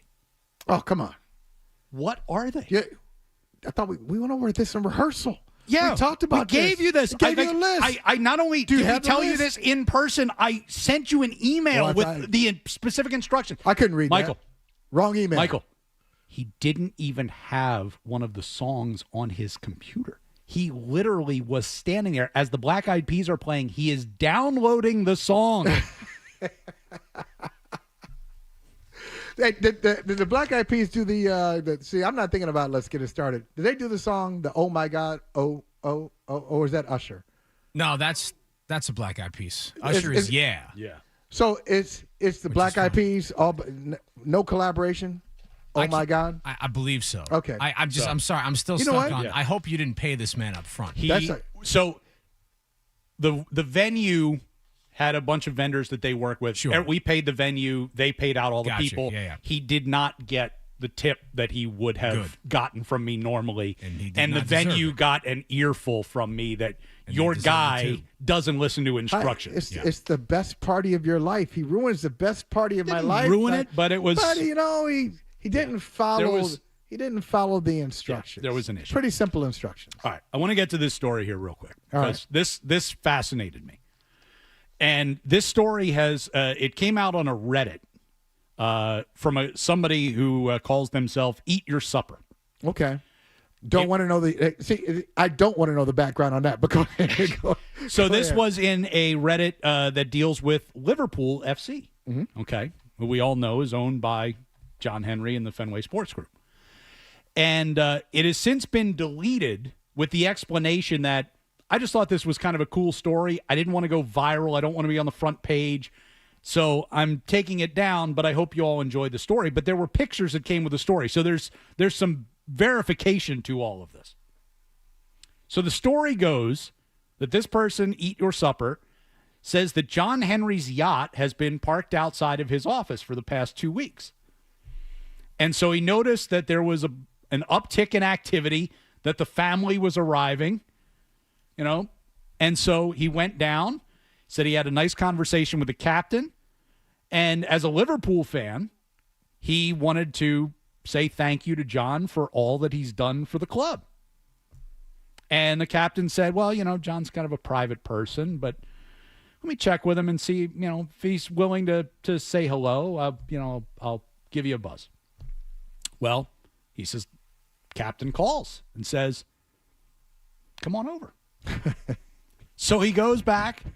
That guy's going to get fired. He says, I had an otherworldly afternoon hanging out on the $90 million Elysian, watching the first half of the Liverpool game with the owner and chatting about the team while staff brought us beer and snacks. That's unbelievable.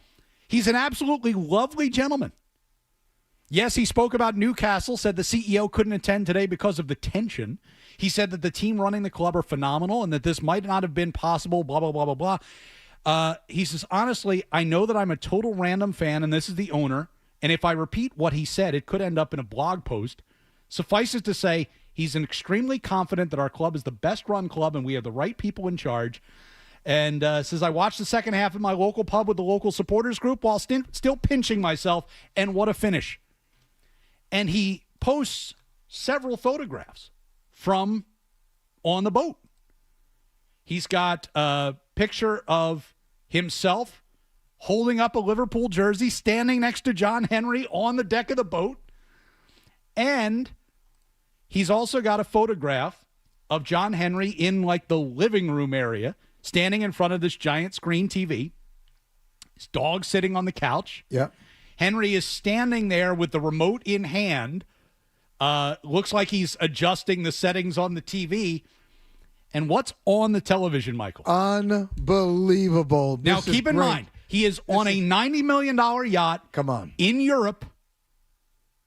And the fan is there. The fan doesn't care about the Red Sox. The fan is all about Liverpool. He's a Liverpool fan. This is Liverpool. And John Henry has done a great job with Liverpool. But he's watching.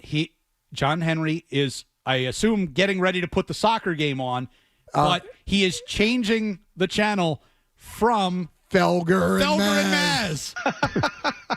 Felger and Maz. And it's got the Red Sox win 3 of 4, which is Monday afternoon's graphic from the 4-game set against the Yankees over the weekend. Like, he's watching. He's in Europe.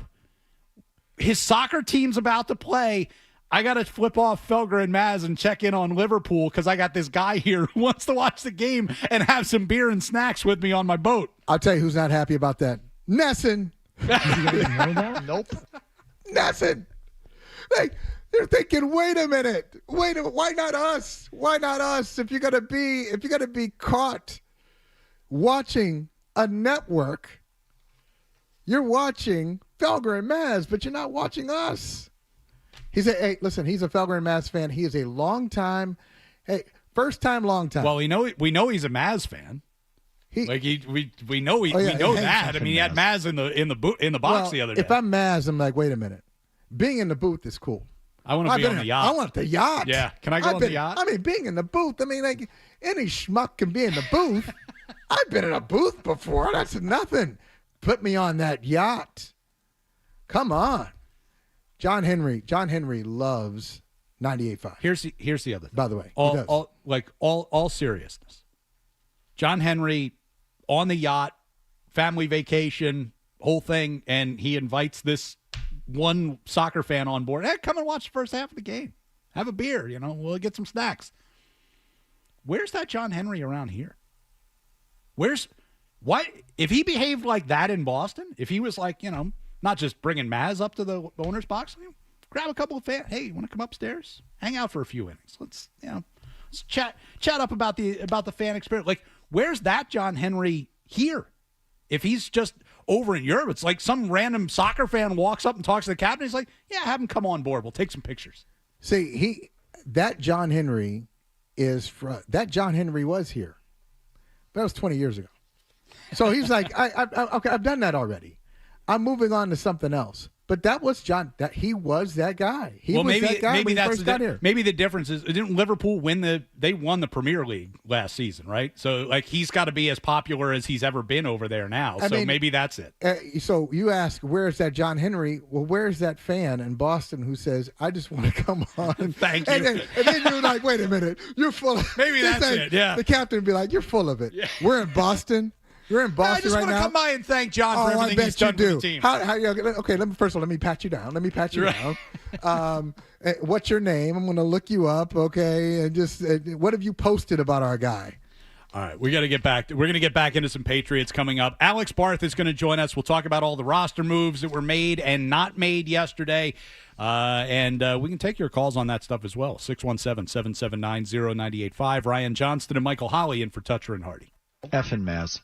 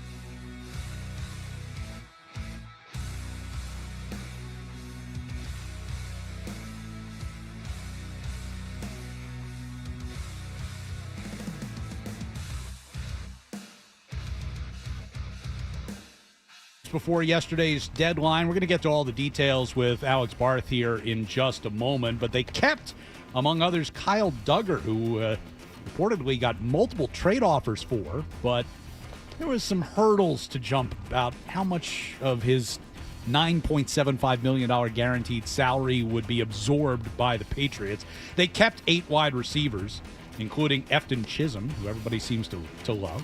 We'll talk about him coming up here in a moment as well. Saints have named Spencer Rattler as their new starting quarterback. Cowboys coach Brian Schottenheimer says Micah Parsons, who's been dealing with a back injury amid a contract impasse with the team, well, he's been medically cleared, according to the team. Whether he'll start practicing or not might be another story. Lucas Giolito threw 8 scoreless innings last night. Red Sox beat Baltimore 5-0 at Camden Yards. Brian Bayo will start Game 3 of that 4-game series tonight. Headlines are brought to you by Best Ford. Looking for great deals on a new Ford? Go to the Best First, Best Ford in Nashua. Just head to bestfordofnashua.com. I'm Ryan Johnston on Boston's Home for Sports, 98.5 The Sports Hub. More headlines in 30 minutes. Start your day. Ooh, that's a good one. Work through your day. What's that thing we do at the end of the show? And end your day. I'm not giving you an opinion. I don't know. Right here, 98.5 The Sports Hub. Hey, if your alarm clock sounds like this is the show for you. Toucher and Hardy, The Sports Hub. I just don't think bringing out like literally hundreds of free agents.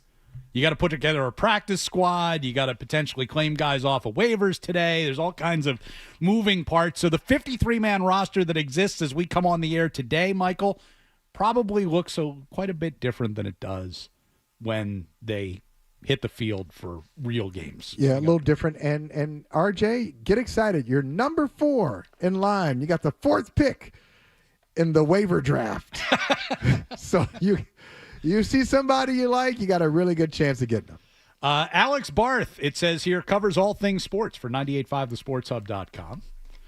He joins us now to talk about everything that did and didn't happen yesterday. What's going on, Alex? What's up, guys? Good morning. All right, before we get to the Patriots, you were here yesterday when the building caught on fire. Yes. Who was responsible, and were you among those who helped to put it out? Because we're off the air. For people who missed it, the station wasn't off the air. We were still running syndicated programming. But for like 45 minutes last night, the baseball reporters couldn't air because they were standing outside. Yeah, so to answer the second one first, no, I was not a part of the help. We were up on our parking lots, kind of on the 3rd floor, and then the building sort of on top of the parking lot. So we were up there looking over, watching the Waltham Fire Department, who came and did a great job. So no, I did not help. As for what happened, I don't know exactly. So it seemed fine, like in our area, in our office. When you went out into that main foyer out front, it definitely smelled like smoke. So they told us to leave. We walked down, and they said there was something with the elevators, I guess, or something like that. We never really got a clear answer, but I actually didn't go back in because I was on my way out when I was about to leave anyway. But they went back in and finished the show, so I imagine they got it taken care of. But all I heard was something to do with the elevators. Definitely smelled smoky. Didn't see any fire or anything like that, but something was going on. You didn't panic. You weren't. You were never in fear. Never thought of, hey, I got to get the hell out of here. Nothing like that. No. No. It was very calm. Everybody handled it. Go back to the fire drills in school. You just calm. You walk out. Everybody handled it great. But you didn't actually leave the premises because, as you said, you were like standing on the parking garage that's attached to the building. There's a photograph of you actually like looking out where the fire truck has the ladder extended up to the roof and the whole thing. And you guys were just kind of hanging out They got a trampoline there saying, jump down. Wasn't exactly like the, towering inferno. Yeah, there were like 5 or 6 of us, and they saw us up there. And so they never told us, obviously, that we needed to go down from there. So we thought we were fine. We could have kept going if we needed to, but no, we were still up there, but we were not in the building. Okay. Well, good. Everybody was safe, and thank you to the Waltham Fire Department for making sure that the building was still standing when Michael and I got here this morning. All right. A fire of another sort, Patriots roster. Beautiful transition, by the way. I thought so. Beautiful. That's excellent. Okay, so why is Kyle Duggar still here? Because I heard from numerous beat writers and whatever that this guy is not making the team. How does he make the 53? And if they had multiple trade offers, as has been reported, why didn't he go somewhere? I don't think any of the offers the Patriots were willing to take, and based on some of the reporting that's come out, that's due to his contract, which was always going to be the toughest part about trading him, was getting a team to take on the rest of that contract. Why they didn't outright cut him, there's a significant cap penalty that comes with that, not this year, but next year. They obviously have plenty of cap space this year. They could have handled it this year. Next year, they're actually kind of up against it. And I think as a backup, he's still a pretty good backup, even if he's lost his starting job. The question is, how's a guy that was the organization's top draft pick, got a big contract, has been a starter, 90% usage rate guy, been a captain. How is he going to handle going to a backup role, going to a special teams role? And with Mike Vrabel trying to reset the culture, that's not nothing. They must feel good about that. I still don't think the door's closed on this, and this is just me guessing, but the first time a contending team has a safety go down or somebody's not playing well or whatever, maybe this comes back up again. But it sounds like the trade wasn't there because of the contract, which is what kind of people had kind of suggested in the week leading up to things. If they'd cut him, they would have been thin at safety. They would have needed to bring somebody else in anyway and added another backup. So you keep him as the backup for now if he can handle that role, and then you go from there. Just to follow up on this. Yeah, please. Why bring up your point earlier, because I was going to. I haven't gotten into, not even getting to that point yet. But why isn't Kyle Duggar a fit here? Because he's not a bad. I don't feel like he's a bad player. I don't think I feel like he's been able to contribute here, and he's not like he's 35 years old. Why is he not a fit here? So the safety position in this defense that he would play requires a little more man coverage, which was always a weaker part of his game. The other thing is the fact they would have him and Jabril Peppers on the field at the same time for the last few years. Those guys are both traditionally box safeties. Neither one's really a true deep free safety like what Devin McCourty used to play. And there were some ways they could make it work where they were both on the field handling different assignments. And sometimes they'd simply be playing one out of position, which hurt Duggar or Peppers, whoever was back. Like, they're both fine at it, but it's definitely not where they're at their best. That compounds with that injury he was dealing with last year that he played through. He was just half a step slower. And what makes him such a great player when he's on is his ability to see what's in front of him, recognize what's about to happen, put his foot in the ground and go and get to the spot and get to the football, be the first one there. If you're half a step slower, it's going to be harder to do that. And I think at times last year and maybe even into this camp, because that injury or just whatever it is, if he's just a step slower now at 29 years old, I think he's pressing a little more to make up for it. And it's led to him being out of position at times. So I don't think it's as much the fit. The fit's part of it. I think it's more that injury last year and whatever the lingering issue is. And remember, he missed the entire spring. He didn't practice once in OTAs or minicamp. So maybe there is something still lingering there that's impacting the way he wants to play. Bart, RJ brought this up earlier. We were talking about the financial hurdle. If you listen to the reporting or believe the reporting on, hey, what the problem was? Why is Duggar still here when there were teams interested? Do you think the Patriots should be criticized for not being more creative or more, let's just make it even plainer, more willing to take on some financial lumps to move on from a player that the head coach doesn't want? So let's say they owe him $9.5 million guaranteed. Should they be criticized for not taking on like $5 million or $6 million and then making a deal? So yeah, it's not perfect, but you move on from a player that the staff doesn't want, and you come away with maybe a 5th or 6th round pick. I think it's a little early to say on that. If they find a way to trade him in a couple of weeks, or he ends up playing in what's, not a major, but a useful kind of reserve rotational role with $60 million, if you have to pay a backup $9 million, like the contract's already signed, I don't necessarily have a problem with that. If he's a healthy scratch all year and he's just not playing, then yes, absolutely. If you have no plan for him, you get him off the roster, that you have the money to do it. That spot could maybe be better used elsewhere. if there is a role for him, I've said this all along. Like, again, the contract's the contract at this point. It's on the books. If you're going to end up in a worse situation at backup safety, you whatever he's going to do, if it's a significant step down from whatever player is going to come in, even if $9 million is too much for that role, a $60 million buffer, I'd rather just have the better player. All right, let's move on from Kyle Duggar. Why do they have 8 receivers? You don't play 8 receivers. I don't care how many different positions you want to put them in, and one guy's going to be a gunner and all that. You're not dressing 8 receivers. Why do they have 8 receivers in the room? And it's not even like one's like a hybrid tight end or a hybrid running back. 8 outright receivers. I remember being on with Felger and Maz in the spring and suggesting they would keep 6, and the conversation being that may be too many. I would be very surprised if they have 8 wide receivers on the week 1 roster. And that's an important thing for people to remember here. There's a big difference between the initial roster and the week 1 roster. If you remember a couple years ago, Mac Jones rookie year, they at this time, right after cuts, they only had 1 quarterback on the roster, which is also something you really can't do. So they'll kind of maneuver here. As for why did they keep 8 initially, 7 always felt like it was in play. I was a little surprised Kendrick Bourne wasn't one of the players that went on IR designated to return. They had an open spot. One of those spots went unused.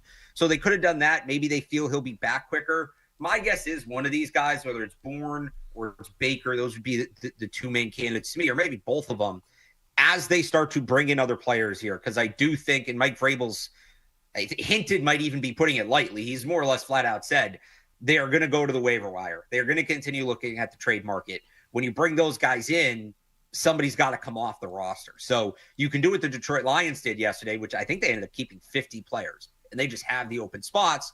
Or you keep the 53, you have those guys, and they're probably a player short at corner, for example. When you claim a corner, all right, Kendrick Bourne goes on IR. Or you claim an offensive lineman. Now, I don't think they need 10 offensive linemen. Maybe you're cutting a guy there, but you claim whoever quarterback. Mike Vrabel had suggested maybe they keep a 3rd quarterback on the 53. Well, now Javon Baker gets cut and re-signed to the practice squad. So it's a striking number.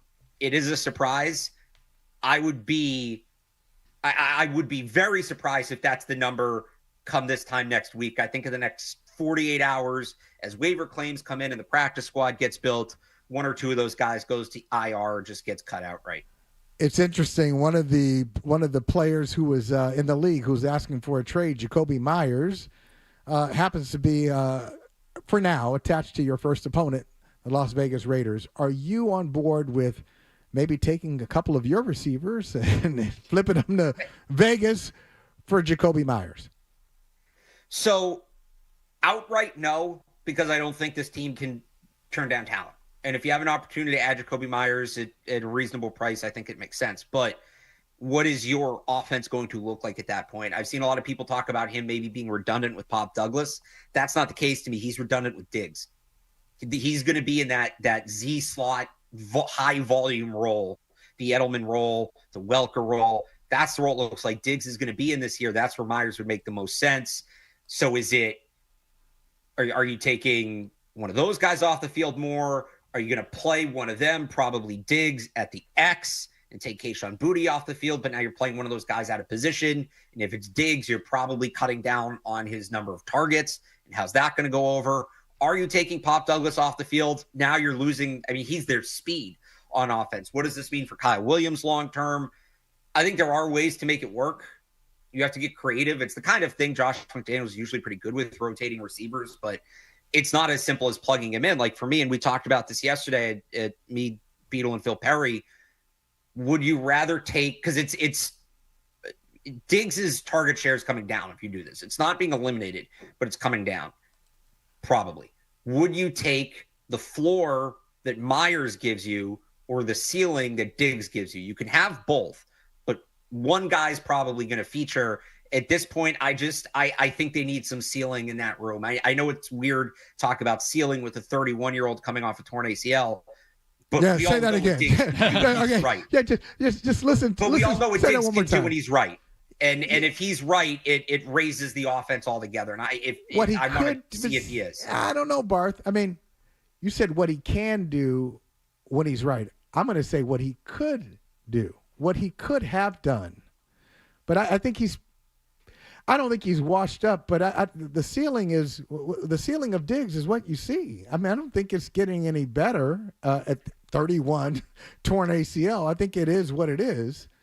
So if you're looking for those moments where he looks like he did in Minnesota or Buffalo, I think that's not happening.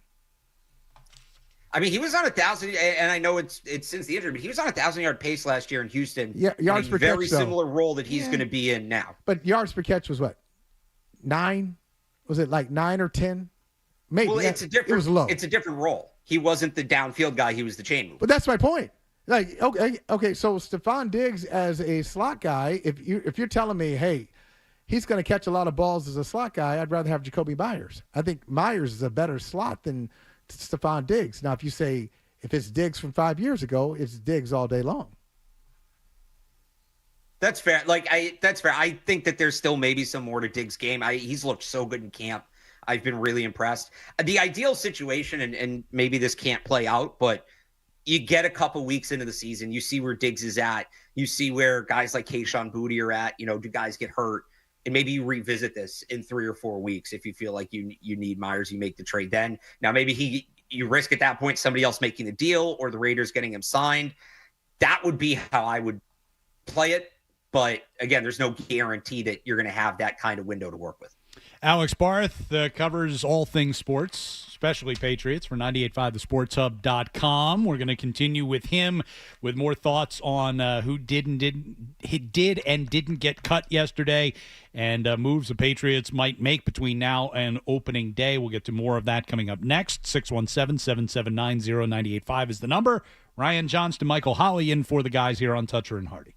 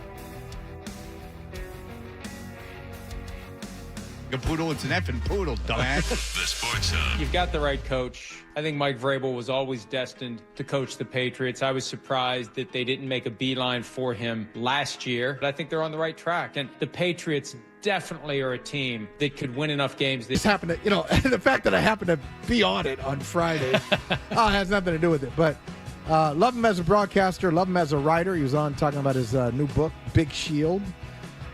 Started reading it. It's really good. Yeah, I check out the site a lot. I mean, that's kind of one of my go-tos when I'm getting ready to do this, do this shift or whatever. It's like, got to check out Pro Football Talk. It's got everything. All that being said, I disagree with him vehemently, Barth. I disagree.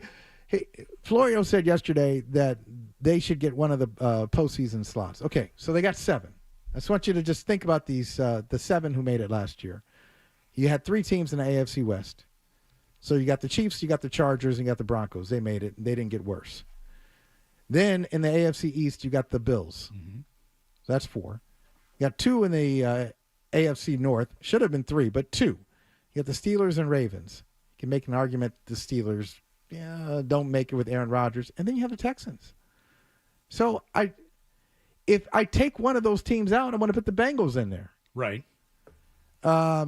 If I take somebody else out, I might want to put somebody else in. So it's just really tough for me to look at the Patriots, and I don't know how you feel about it, Alex Barth, as a playoff team.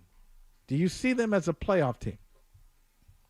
I don't think it would be the craziest thing because 7 teams is just too many to have in the playoffs. It's more my issue with the NFL playoff format. 6 was perfect. I've said all along, I think they're going to be playing meaningful football in December and into early January. Now, do they get in? If you look at it, the last 2 years, it's been all 10-win teams. I was going to say, it takes 10 wins to get in, yeah. So the first 2 years, a 9-win team got in. That includes the 9-7-1 Steelers. The first year's a 9-win team got in. The last year's in the AFC, it's been all 10-win teams. So most people have them projected at 8 to 9 wins. That's in the conversation. You're still on the graphic when they throw it up every Sunday in the hunt. And maybe even week 18, you're playing and it's all right. They need a win. And then there's 3 or 4 things, right, that have to happen for the Patriots to get in. I need the Bengals to tie. Right, it's one of those things. Yeah. You don't even, you lose track of who you hate and who you're rooting against. Wait a minute. Who do I want to win? And you need 5 different dominoes to fall. And you really drive yourself crazy. This team needs to outscore the other by 67 points. You really drive yourself crazy if you're a Patriots fan and a fantasy football player. Right. So because you're like, oh, wait a minute. This is bad for fantasy, but it's good for the Patriots. Let me ask you this. This is why I'm But I'm good with the in the hunt thing. I said that earlier. If they're in the hunt mid-December, they're still on that graphic, that's a step in the right direction at least. Absolutely. And who knows, a couple guys get hurt, suddenly you back your way into that 7th seed. I could see it. I don't think it's the most unrealistic thing. I don't know that I'm picking it. I'm not necessarily picking it. I think it's probably less likely than not that they get in, but they should be right there. They should be right there up until the very end of the season. And I know a lot of people want to see them get back to the playoffs, but like you said, Ryan, that's from back-to-back 4-win seasons. If they more than double their win total, especially when you consider what the 4th win was last year, that Bills game, that's progress. That's significant progress. Barth, tell me this. And it's not a trick question. I'm serious. I was asking myself this. I couldn't answer it honestly. I couldn't answer it definitively, and I know you can. What do the Patriots do? If you think about the 2025 Patriots, what will they do that makes them stand out, that allows them to impose their will on opponents? So what is that thing if you envision – this is how they get to 8 or 9 or 10 wins. What is it? It's their defense and specifically their pass defense. I think if everybody's healthy, and I get that's an if with this group, but if you have Christian Gonzalez, Jabril Peppers, Carlton Davis, Alex Austin, Miles Bryant in the slot, the pass rush, it's not going to be the best pass rush in the league, but it looks like it will be, more than representative. It's going to be hard to throw on that team. I think it's going to be really hard to throw on that team with everybody healthy. Now, the question is, what is the incentive going to be for teams to throw on them? Is the offense going to stay punch for punch that teams can't just run the balls? The run defense going to be good enough that we can't see teams do what Jacksonville did last year in London and just run the ball 17 times in a row or whatever it was. That's the biggest worry for me about the pass defense besides health is there going to be enough incentive for teams to throw on them? But I do not think this is going to be an easy team to throw on. I think they are going to have some real success against teams that want to come in and put the ball in the air. Alex Barth, 98.5 thesportshub.com, is joining us. It's Ryan Johnston and Michael Holley in for Toucher and Hardy here on this Wednesday morning. There's hundreds of people out on the street right now after yesterday's cuts. So waivers and and all of that will be happening throughout the course of the day. We'll be finding out more about that. If you're the Patriots, if you're in charge, where's your biggest focus as far as the types of positions that are out on the street? Not asking necessarily if there's specific guys out there, but where would you be targeting that you feel like you might be able to make this team better by grabbing scraps from somebody else? Yeah, it's a good question. What you said there, grabbing scraps. I think it's important to remember when we have this conversation, they're not going to go out and find a starting left guard. They're not going to go out and find, that wide receiver they've been looking for. We are just talking about filling out the depth. Where do they need bodies? Where do they need guys that, in a pinch can come up and play? I actually wrote about this on 98.5thesportshub.com last night. I had 5 positions. 4 of them were, I think, offensive line, and they've added multiple offensive linemen each of the last 2 years. Right around roster cut. So I'd be surprised if there wasn't at least one guy there. Tight end is a sneaky one. Do they go find a third tight end or even a true fullback? They've been using Jack Westover, who's a converted tight end. Like, for instance, Jakob Johnson got cut yesterday. Is that somebody they bring in? They're kind of thin at linebacker, and corner is another one, especially if they're worried about Gonzalez beyond week 1. They only kept 5. So if he's banged up, now you're down to 4. And that's with Marcus Jones and his injury history and Carlton Davis and his injury history. I think getting a corner who you can throw on the field relatively quickly would be important. And then the 5th one is quarterback. Mike Vrabel had said last week that they were going to look into bringing a third quarterback. Reporting since has kind of indicated that's going to be the plan. You need somebody to run the scout team, bare minimum.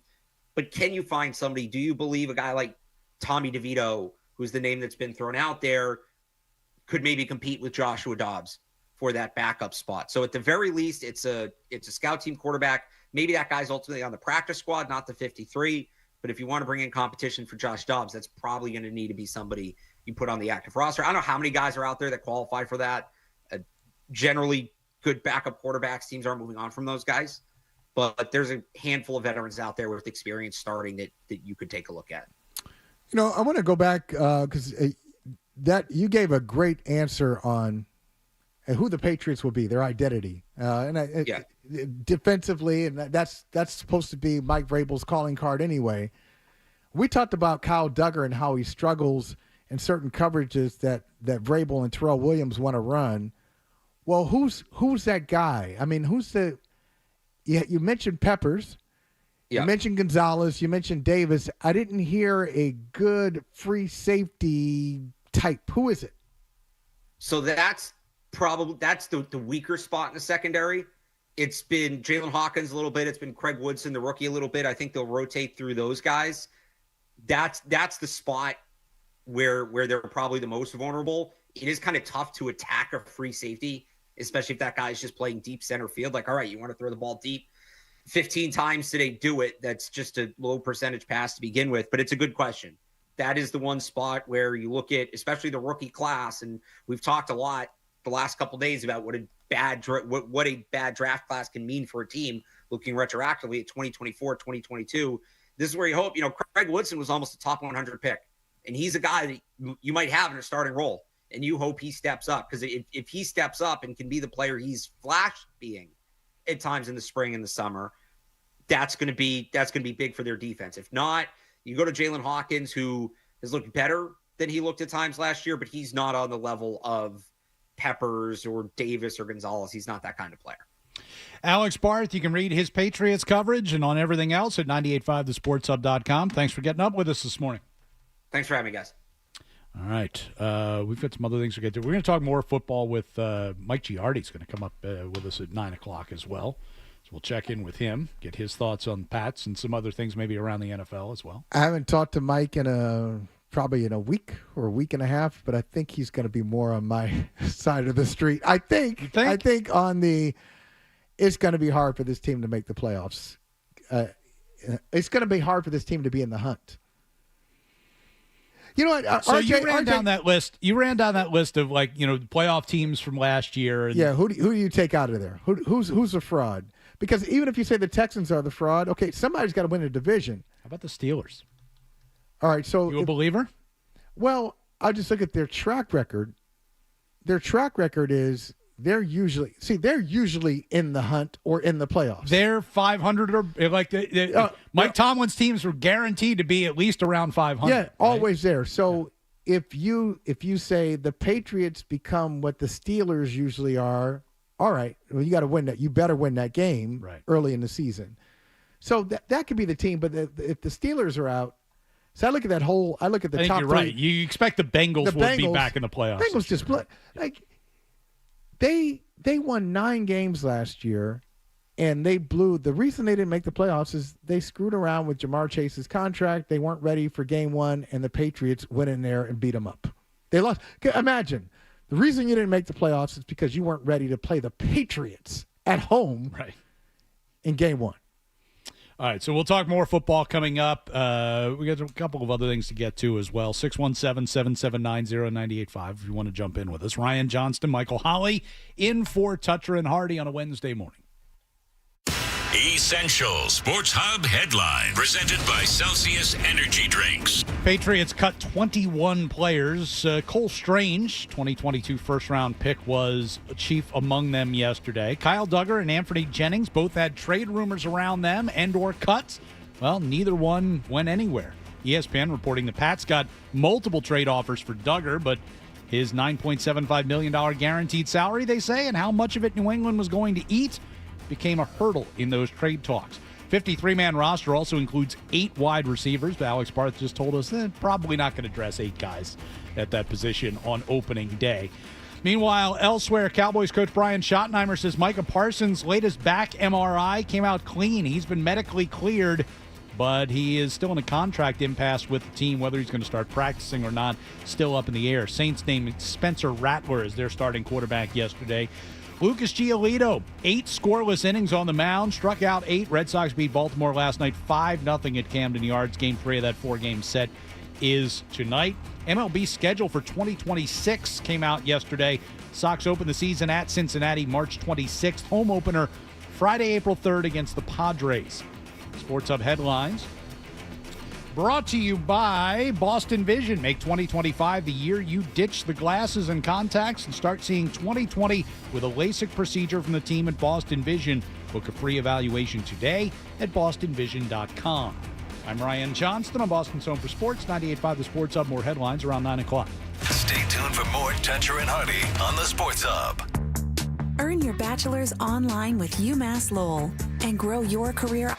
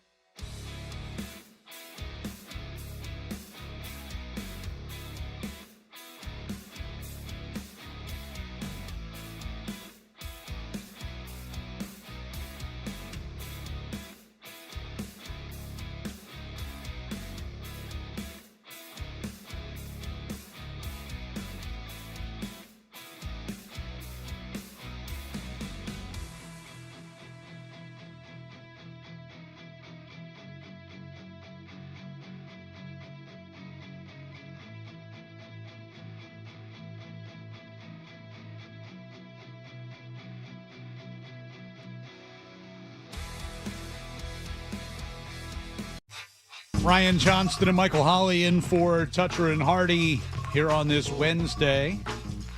You're here tomorrow, too? I am here tomorrow. I am not, but...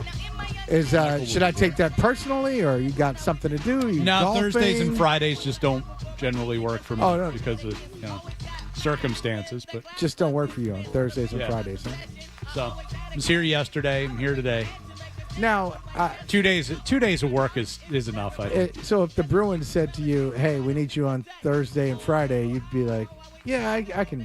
You can make it work. Listen, I have to shuffle some things around, but don't worry about it. It involves so my wife works from home part of the week, and she's in the office part of the week. And so when she's in the office, things become a little bit more difficult for me to do this shift because we then have to get somebody to come in and take care of the dog in the morning, and it just becomes a thing. You don't want to bring the dog in here? No. He would love it, but I'm not sure anybody else would. Big barker?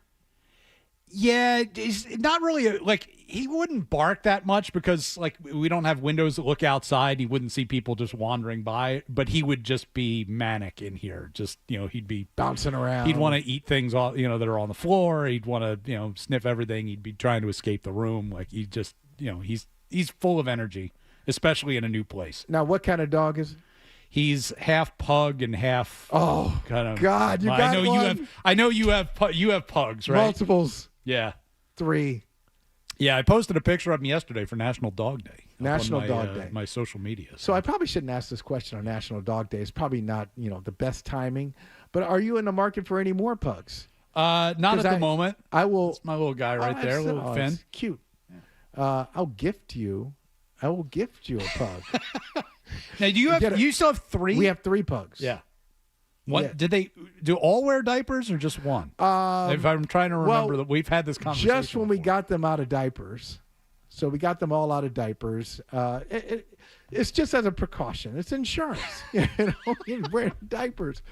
So got them out of diapers and it's fine. It was feeling pretty good. The other morning, like, what is that?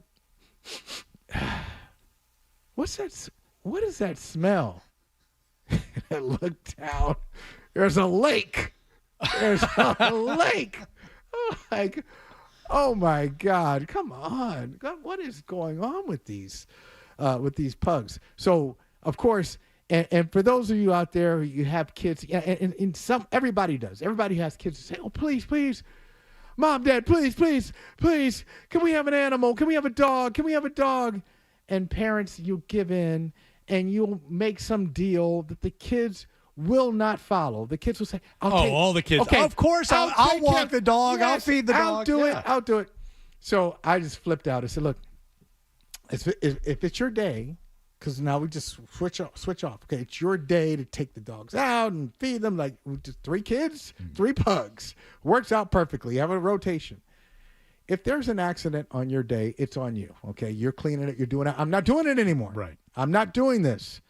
So make sure when you take them out, you're getting 6 events. 6. Count it.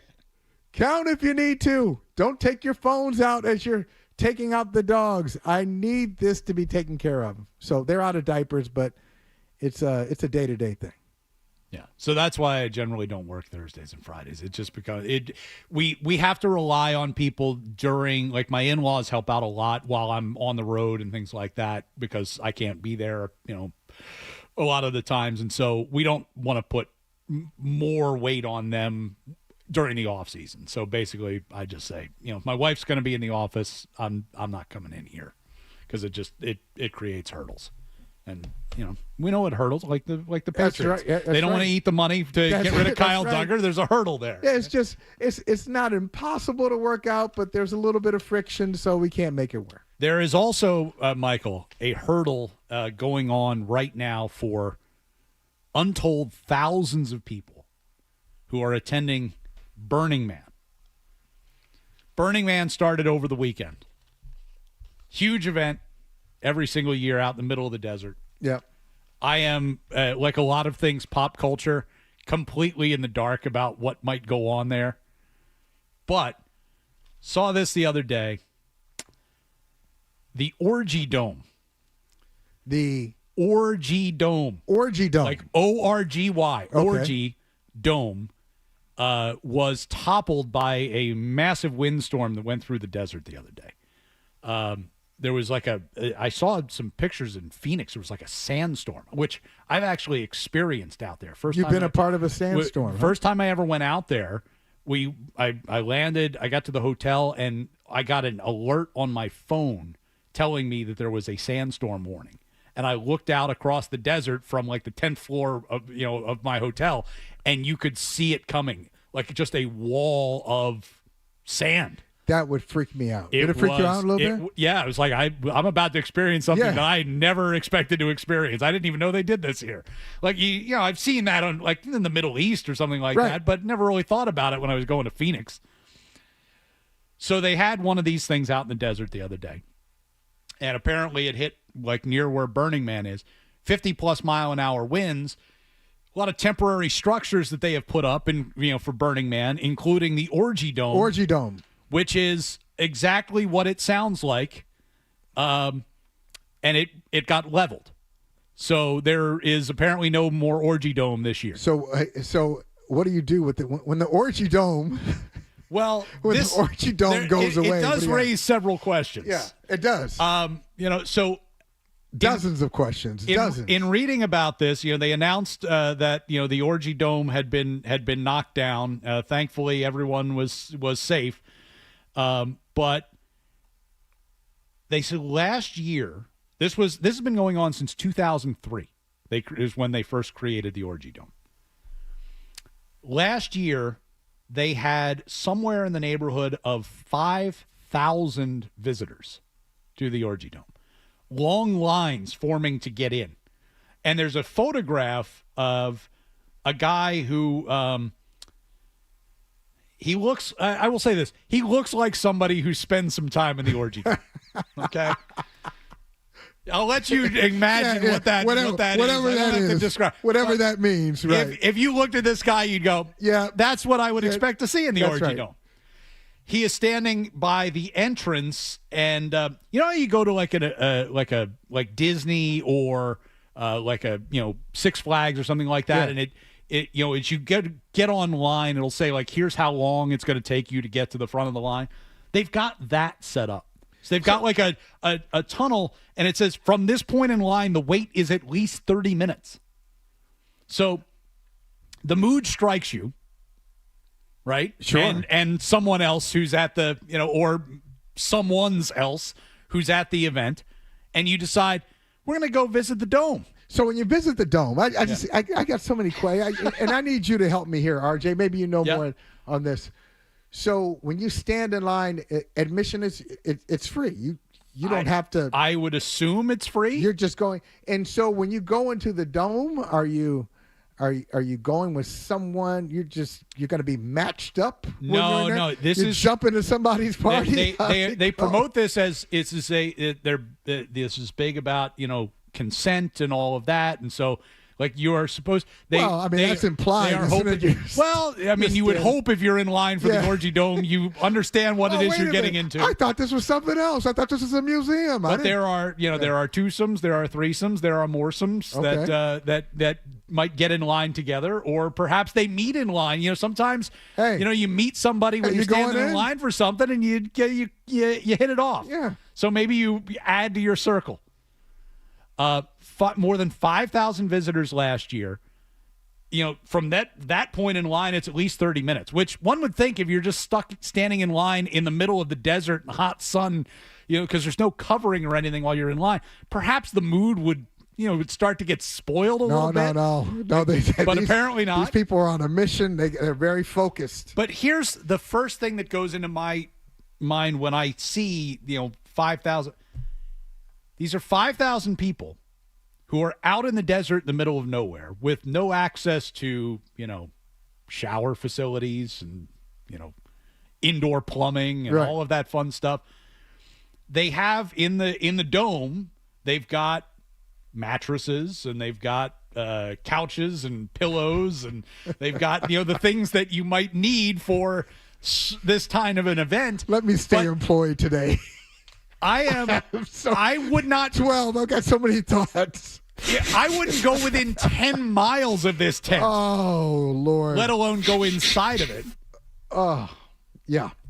Because you got orgy guy who's standing out front looking like orgy guy who's welcoming you inside, and I'd be like, I'm not touching anything that you touch, buddy. Yeah. Smelly. And for some orgy people, that's part of the fun. Apparently. Okay. Yeah. But, that tells you, doesn't it tell you, RJ? It's people in the desert waiting. I'll deal with the sun. I'll deal with the inconvenience. It tells you a little bit about their lives outside of the orgy dome, doesn't it? It just, they're always in the desert, figuratively. They're always there. Right. If you're willing to go to the literal desert for this, it's telling me something about your life. All right, we got a break. We will talk with Mike Giardi about the Patriots and the NFL coming up next here on 98.5 The Sports. I'm Ryan Johnston and Michael Hardy. Toucher and Hardy on the way on the Sports.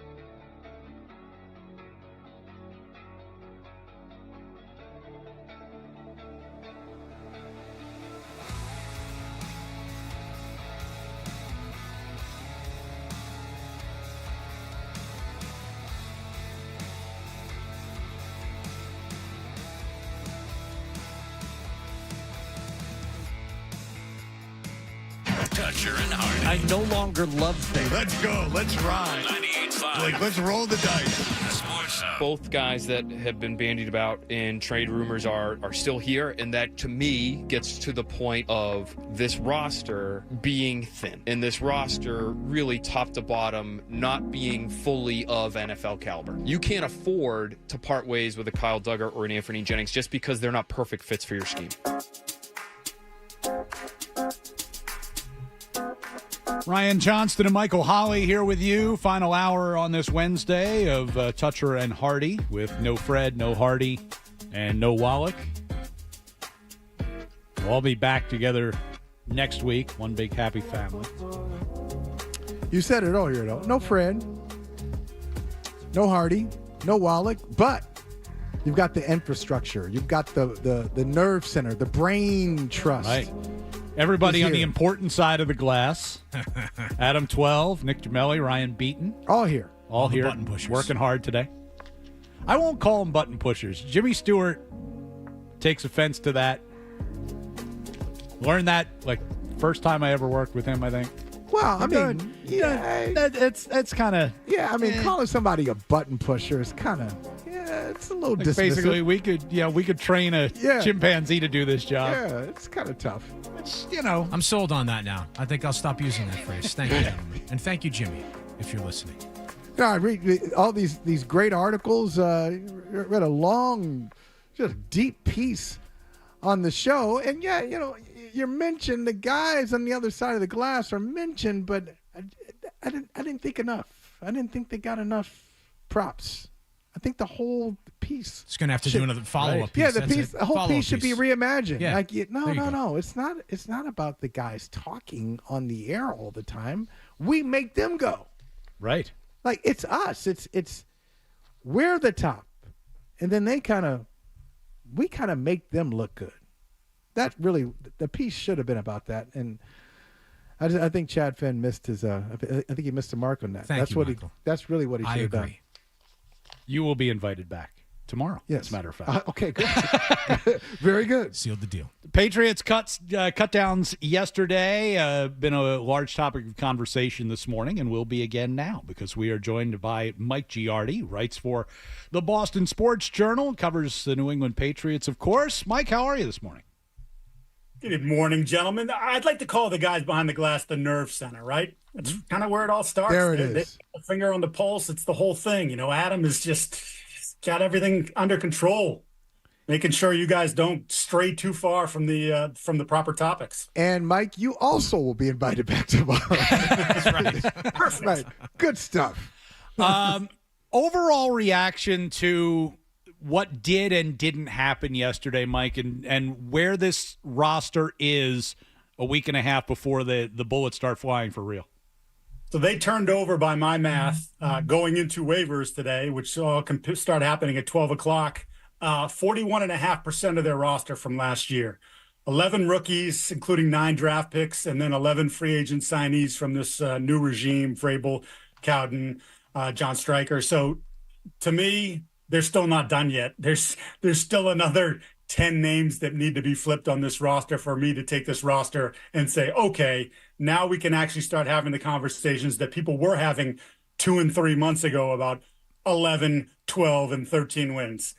You heard the Phil Perry clip there, and Phil's someone who thinks they're a 9-10 win team. Like, it's not an NFL caliber roster just yet. No, it's not, which I don't know then how you can sort of say 9 or 10 wins if it's not an NFL caliber roster. I've been at 7 or 8 pretty much since all the moves happened in the offseason, and nothing has changed for me based on what I saw this summer.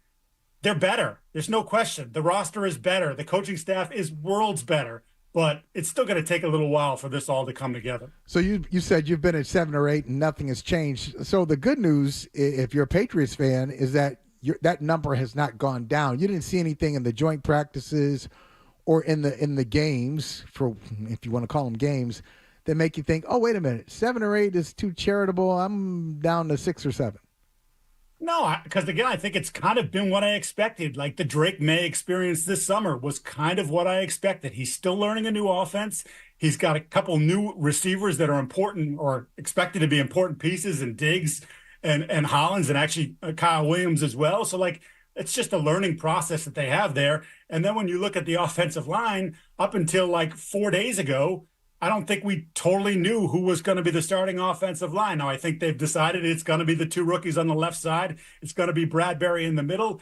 And then we'll see if that's the case a month from now or 2 months from now. But like, they were doing revolving doors there. That's generally not the greatest sign that you hadn't settled on that yet. You want to find your best five and have them right away. So to me, like, what we've seen is kind of what I expected. There's been some growing pains, and there's been a little bit of a roller coaster element to some of the stuff that, quite frankly, based on the talent, makes sense. I want to go back to your point you were making about, how do they potentially improve this roster? Because, again, we can talk about Kyle Duggar, we can talk about the 8 receivers, all of that, but that are, the people that are here. But, if you're looking for additions, where can they add? What can they be better at, as far as guys that are coming in off the street? Yeah, well, I mean, when's the best time to add? Next off season. Because what you're going to get for guys off the street is kind of what you got last year, right? I mean, they claimed 4 guys. 3 of them had absolutely zero impact here. The other one was DeMontre Jacobs, who basically, through no fault of his own, was thrust into the starting lineup for 13 games and wasn't ready to play 13 games. And they've already cut him this year. I mean, that tells you sort of the kind of player. Every once in a while, you might stumble on someone who ends up getting, a longer run. But most of the time, these guys are stopgap options. And I look at, I think interior offensive line, I think offensive line, period. They're probably looking to see is there somebody out there that maybe has a little bit more potential than what we have on the roster as a depth piece. I'm sure that's a place they're looking. I think they could find another interior body. I certainly think they could find or look for another linebacker, again, whether they find one or not. Because if anything happens to Spillane, the depth from Spillane to what's below him, there's a massive gap there. And I used to think that safety was one of their strongest spots, but obviously the way they have responded this summer, sort of some of the lineups you're seeing, Duggar obviously was available and could have been traded had they been willing to eat more of his contract. Like, he's not part of the future. And I wonder with some of the stuff that they've done with Peppers playing in the 3rd preseason game, like if maybe that wasn't just hey, you know what, if we can't trade Duggar, maybe we'd consider trading Peppers. So I think there are a lot of spots there that you look at and go, oh, by the way, quarterback. Would you want a developmental quarterback, or do you want someone who maybe could be an upgrade on Josh Dobbs? I think those things are all on the table, but you're not filling all of them, and you're probably not filling them with pieces that are going to be here long term. Mike, we're going to need your perspective here. You've covered football locally and nationally. So I was having a conversation the other night on air and off air about the Patriots and their awful drafts. So I said, 2024, that might be one of the worst drafts in Patriots history. And I think Andrew Callahan said, well, 2022 would like to have a word on that. So you look at the 2024 draft, where you have Drake May and not much else. That's just 2024. You look at the 2022 draft, headlined by Cole Strange and the psychotic laughter of Sean McVay, which is still one of my favorite sound bites. And then I'm looking at 2020 right now, Mike, and compared to those two, Kyle Duggar, Anthony Jennings, both guys are still on the team, Michael. Michael Winu. I mean, not a great draft. Are we overreacting when we say, this is just not how business is done in the NFL? Are they really one of the worst teams in the league at this, or is it just an inexact science? You have some misses and some hits, and that's the nature of the beast. Well, I would say that a lot of teams go through these periods where, whether it's an entire draft that's a complete washout, or you have this period where 3 or 4 years where you look back at it and go, oh, wow, just that was a miss. And that's the problem, is because when you come in and Mike Vrabel and Ryan Cowden, and you look at this thing and you say, well, we have all this money because we didn't have to give anybody, the previous regime didn't have to or didn't want to give anybody second contracts. And you mentioned 2024, just quickly, Caden Wallace made the 53. Javon Baker made the 53. I would say those guys shouldn't. I would still be packing if I were those guys. I think those are two of the first names that come off the roster, depending on who gets claimed. How many claims are awarded here during this period of the next, 12, 24 hours. So that's pretty massive to have those kind of whiffs. And that's why I keep pointing to next year is like and again, I'm not saying you shouldn't have expectations for this year. Again, they should be better. They should be playing important football games in November and December, even if they're on the fringes and looking up at a potential playoff spot. But next year, to me, is when it all happens. Because if this draft class is as good as it's shown to be here during the summer and progresses, and then you add one more to that, then all of a sudden, you're cooking with gas. But right now, it's just like we fill this hole, but then we got to put our finger over here and fill this hole because it's starting to leak. And there's another one over here. Like, I just think that's the kind of place that you're in when you miss on drafts in 2022 and now 24. Like, that's your depth, man. That's like, and a few starters that you just don't have because you completely whiffed. Where are your expectations on Drake May, given what we know about the roster as it stands right now and what we've seen out of him in camp and his time on the field during preseason? Yeah, right around 4,000 yards, 26 to 28 touchdowns, and 12 or 13 interceptions. Like, I think he's still going to be a little bit of a turnover problem because I just think that's part of who he is. And I think, it's not fair to compare him to Josh Allen, but we keep doing it because there are some similarities. But I think he has, most importantly, with the Allen comparison, he has a little bit of that wild Bronco in him. Like he wants to be a playmaker, and I think sometimes his brain is just going to override the Josh McDaniels in his ear saying, take the profit, and he's going to throw some balls that balls that we say, unbelievable throw, and then balls we say, what the hell was he doing? I just think that's part of the process. He hasn't played as much football as Bo Nix, who had a really good year last year. He certainly didn't play as much football as Jaden Daniels in college. He had an awesome year. Like, he's still learning and still growing, and it doesn't help that you're on your second offensive coordinator in 2 years, although, again, this should be a better situation for him. I've heard a lot of people rave about Travion Henderson. Some people say he's their best offensive player.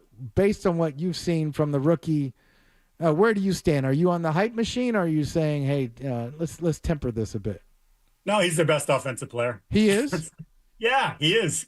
And this was the interesting thing, Mike, because I think when he was drafted, once again, you got the anti-running back crowd, and they were debating another player who ended up getting picked, I believe, by the Dolphins, an offensive lineman.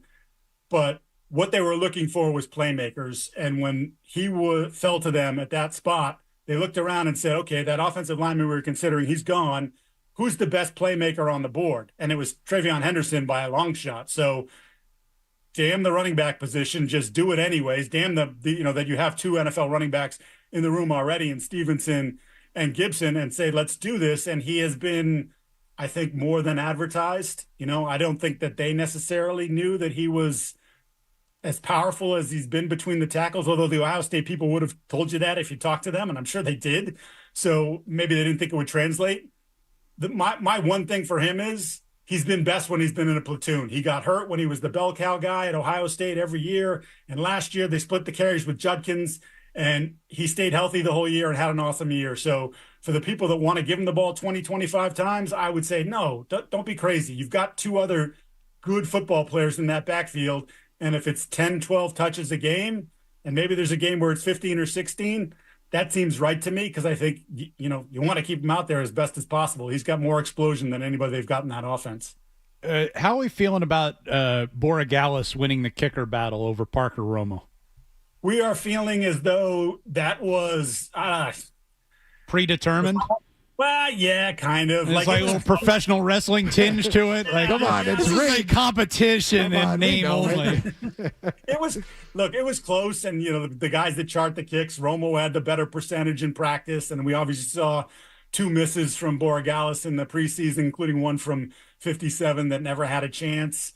But to me, he would have had to have done the Justin Rohrwasser, I'm taking out porta potties on my kicks in practice, for him to get cut. And so between that, and I think he was better on kickoffs, which is kind of important this year, more so than it's been. Yeah, I think he would have had to really just stink out loud for them to say, no, we're going to move on. I want to ask you about the league here for a second before we let you go. And that's we know Kansas City and Philly last year. I'm telling you, there were probably more people. Kansas City, you have no idea how people in New England want you to lose and want you to fail spectacularly. But we had those are the two finalists last year. Do you look at it the same way? Do you look at Philly and Kansas City as a cut above the rest of the league, or do you see somebody else pushing to take those top spots? So I would say Kansas City is still going to have to contend with Buffalo, who's given them, I know they've beaten them in the playoffs for 4 out of 5 years, but those games have all been close. Maybe this is the year Buffalo breaks through. I don't know. Baltimore, obviously, plenty of talent, good coaching. Lamar's awesome. They've had this thing in the playoffs where they never turn the ball over in the regular season, and then in playoff games, they turn it over. I think in 3 of their last four losses, they've turned it over 3 or more times, which they don't ever do in the regular season. So is that a choking gene, or is that just bad luck and happening at the worst possible time? But I think those two teams are stacked. So I think that should be a sort of a dogfight there at the top. But if you asked me today, if I had to make a prediction today, I'd probably say, yeah, sign me up for Philly and KC again in the Super Bowl, especially if KC has found a left tackle, your boy from Simmons from Ohio State. If that's real, and so far it seems like it's real, that's a massive upgrade for them over what they've, trying to play Joe Thuney at left tackle, got the small arms and all that. Yeah, with the small arms. Well, you can read Mike Giardi's coverage of the New England Patriots at Boston Sports Journal. Mike, we appreciate the time this morning. Good to talk to you. Always great to talk to you, RJ. Look forward to hearing you on the hockey again this winter. Me too. Thanks. All right. We've got the award-winning email segment is coming up next. We still got the stack to get to as well. So all kinds of stuff between now and 10 o'clock. It's Ryan Johnston, Michael Holley in for the guys here on a Wednesday morning. Toucher and Hardy. You're listening to Toucher and Hardy on the Sports Hub.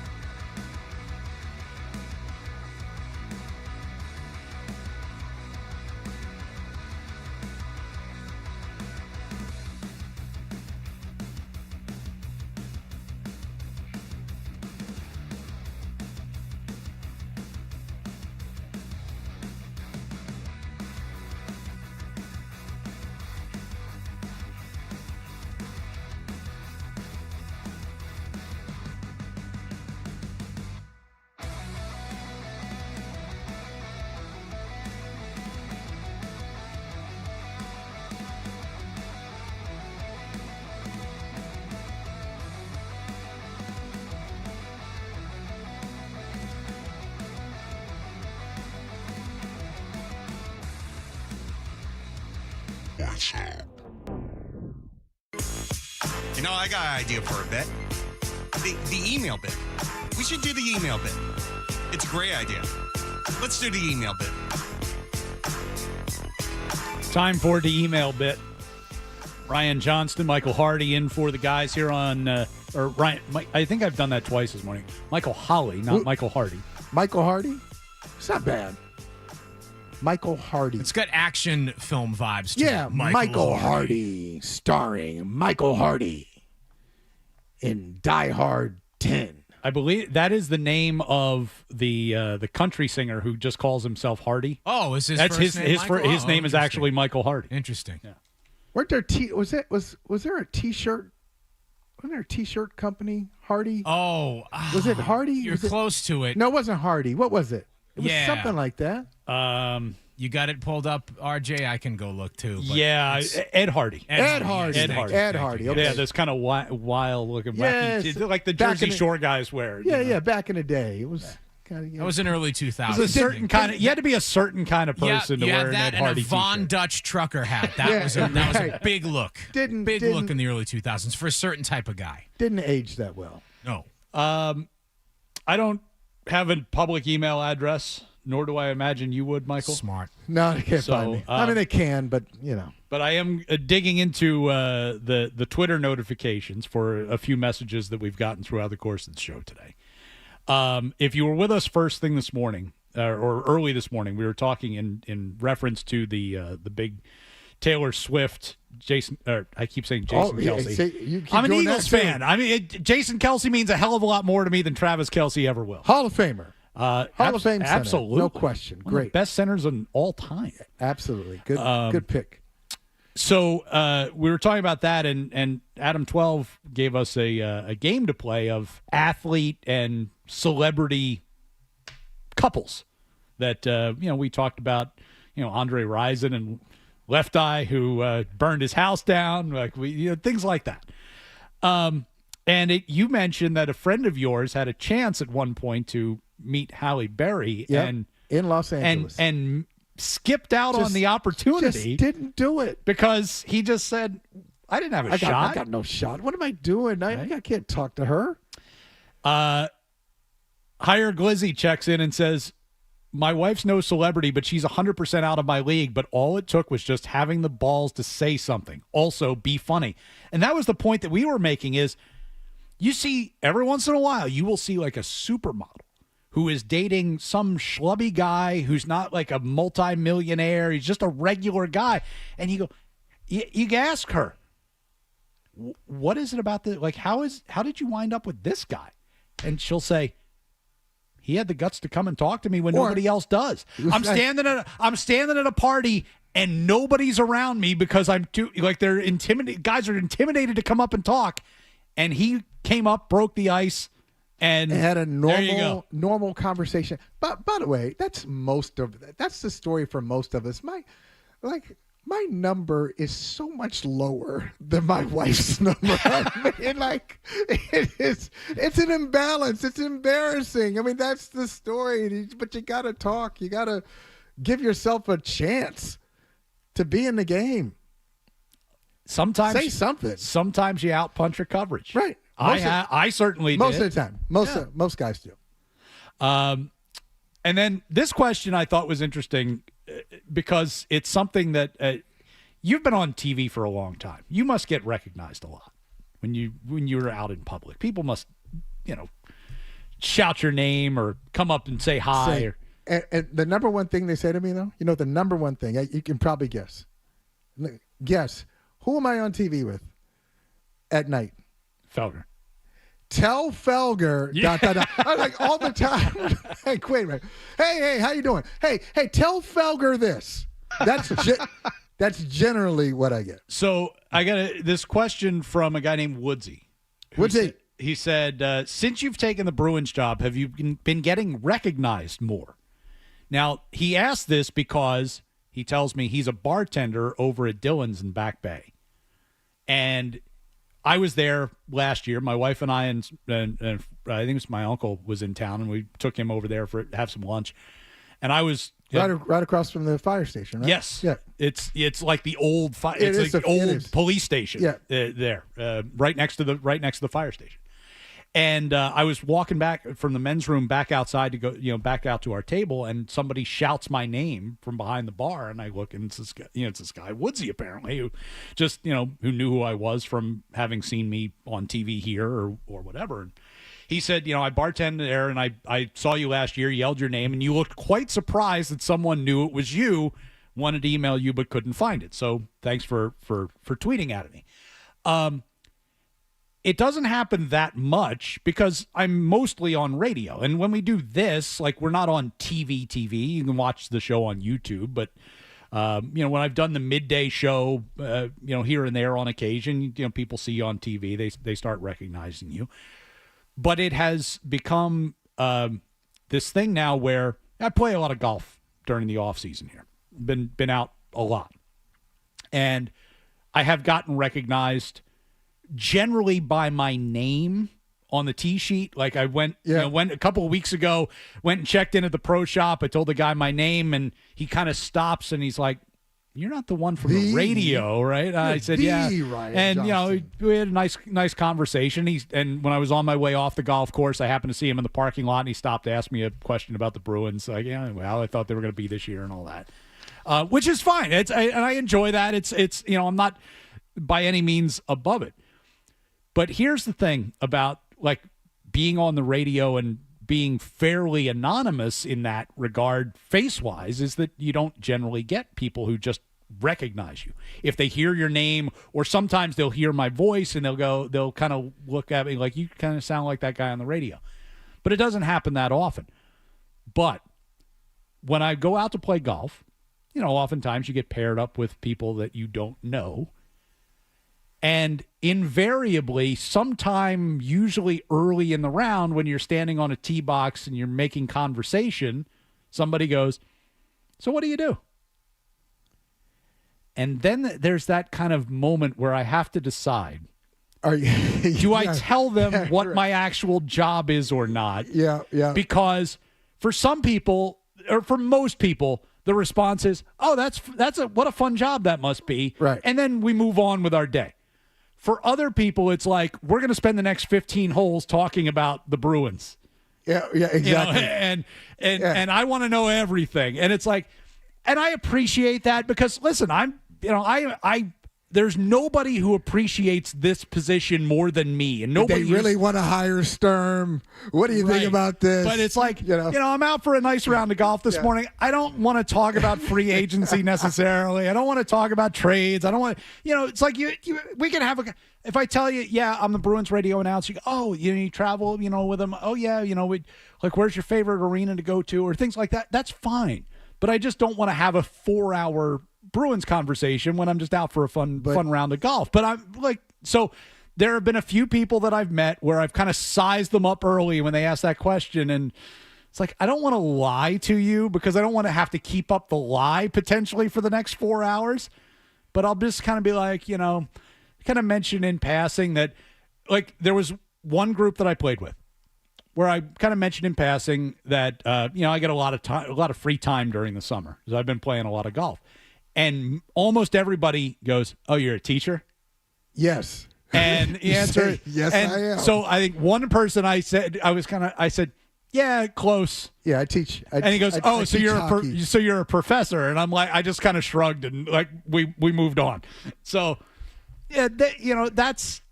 But for the most part, it's like I'll share that with people, and they've been great about it. And it's like I said, it's just, "Oh, what a cool job," and then we move on. But this is what makes Boston great. And I don't know if this happens in other places. I know this kind of stuff happens here. And when I first got here, and people told me this, he said, you have no idea about the level of sports consumption, sports knowledge that the people have. You're not ready for it. They would say, the example I got was, you'll go to Fenway and somebody next to you will say, "Why isn't this guy pitching tonight?" And somebody behind you will say, "Well, he pitched 2 nights ago and he's not available," or "He's on the DL," whatever. Like, you'll just the knowledge base of the fans. I know this has happened to you. Maybe they don't recognize you by sight, but they recognize you're in the grocery store. You may say something, and they're like, I know that voice. Hey. That has happened. You're exactly. Yeah. This is what happens here. When I did radio full time, I'm like, that would blow my mind. Like, oh, I know. Okay, I know who you. What do you think about the Celtics? I'm like, wait a minute. I just said something. Hey, where are the olives? Right. And you recognize it from that. It is one of the cool parts of doing this job. Let me tell you. Okay, here's can I give a complaint here in this segment though? Sure. I was listening to your brilliant update, and you mentioned that the Red Sox, they have an early game in Cincinnati in March. Okay. Yes, March 26th, I think, is opening day. So it doesn't really bother me that much. Cincinnati traditionally has the first game. They always start earlier. This is not the first game, by the way. There's a game the night before. Yeah, but they usually start. They get the early. Traditionally, the early they were the first game of the season. Yeah, this drives me crazy. You said April 3rd. The Red Sox play not the Yankees, not the Orioles, not the Philadelphia Phillies. They play the San Diego Padres at Fenway Park. Which you would think the Padres would be home for the first few weeks of the year because it's nice and warm. Is wrong with baseball. I don't understand. I'm going to tell you right now. I have no weather background. I'm going to tell you guys, April 3rd is going to suck. At Fenway Park. It's going to be cold. It's going to be miserable. Everybody's going to pretend like it's great. Oh, we got baseball back. No, it's going to suck. Why can't there are enough teams in baseball where they either play in warm climates, they play in domes, something where you could balance it out, and you don't have a game April 3rd at Fenway Park. I would agree. I'm guessing the average temperature in San Diego in April is probably around 70 degrees. I mean, March 25th is the first game in Major League Baseball, which is like the earliest they've ever started not overseas, because that's not even like a game in Japan or something like that where, they have to give those teams the ability to travel home. Why the hell are they starting? Like, why are we starting the season that early? Like, at what point do we just... Every MLB season should start in warm weather ballparks that's what he was with just saying. Daytime games. And for the teams that don't play in warm weather cities, they get a balanced schedule. Yes, you're going to have to open your season on the road every single season, but you're going to play fewer road games. Yeah, we'll work it out. We'll work so that it ends up the competitive balance is not thrown askew. It is unacceptable that with all of the great changes that MLB has been making in recent years, and there really have been some innovations that have gotten people interested, myself included, interested in the game as well, following the game, not just the team, but the game as well, that this is still a problem. Opening the season at the end of March in cold weather cities, it's with night games. And you mentioned, Holly, the opening day, you suck it up, right? You're a fan. You get those opening day tickets. You look forward to it for months. Opening day arrives for the home opener. It's like, all right, it's going to be 50 degrees and it's going to be blustery and it's probably going to be cloudy, but it's opening day. You've got that warm, fuzzy feeling anyway. You show up, you have a few cocktails, and you're feeling good. It's game 2. And 3, and when they're playing those games that they start like a half hour, an hour earlier, just to try and get as much warmth as they possibly can, where it's going to be like in the upper 30s, and it's going to be. We went to this has got to be 20 years ago now, when I was calling games in the American Hockey League, the tail end of the hockey season. Very beginning of the MLB season, our team brought all the players to Fenway for a Blue Jays Red Sox game. Got us, like 3 rows worth of tickets at Fenway. We had a fun time. Game got rained out in the middle of the second inning, and it was like 40 degrees and rainy, and we're just shivering, and as the rain delay comes, and it's like, how long are we going to really try and wait this out before we get the hell out of here? And you're waiting for that first. Like somebody call the bussy and tell them to heat the thing up. We got to go. Exactly. It's like being at a party. You're waiting for that first one. You want to leave, but you don't want to be the first one to leave. Who's going to be the first one to call this thing. See, and then one of our defensemen got hit by a foul ball. It took a foul ball right off the jaw. Oh, you're like, okay, now we're out. Right. It's like, not only are we cold, that made the night. It's like the most memorable moment of the night. Now we're getting hurt. Yeah. It's only a 2-week difference, and it's generally still cold in April. But my official home opener is always Patriots Day. It's marathon month. And I know it's 11 a.m., so it's usually not that, 11 a.m. in April, mid-April, not that warm. But, see, that's where the energy will carry me. You got the race happening. It's an off day. Parking is free if you can find it. In the city, it's just a good time. People are generally in a good mood. So that's what does it for me. All right, we got the stack coming up next. It's Ryan Johnston, Michael Holley in for the guys here on Toucher and Hardy. Essential Sports Hub headline presented by Celsius Energy.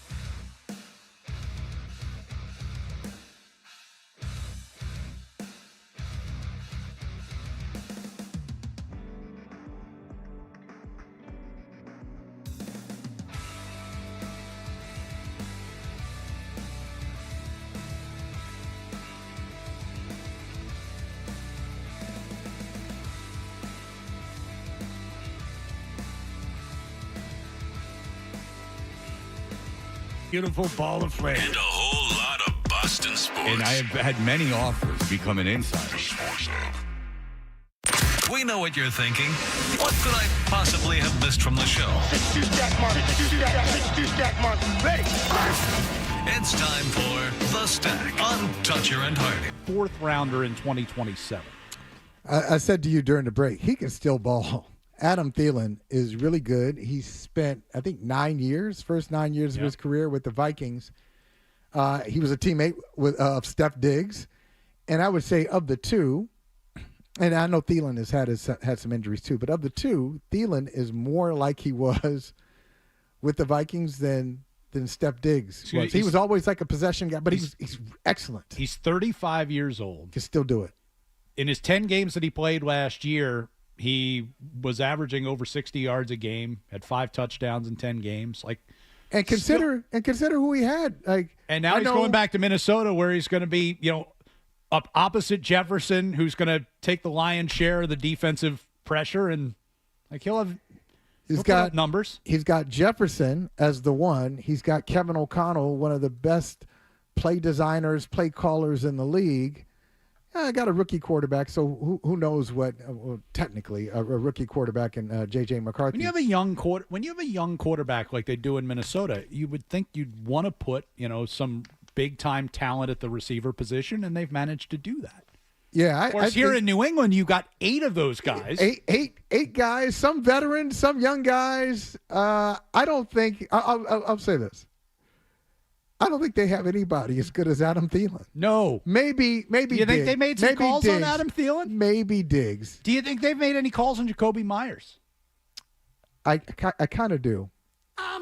You kind of do. What was that smile? You kind of do? No, just because there was a report that a team called about Myers but didn't want to take his salary. And I said, oh, my God.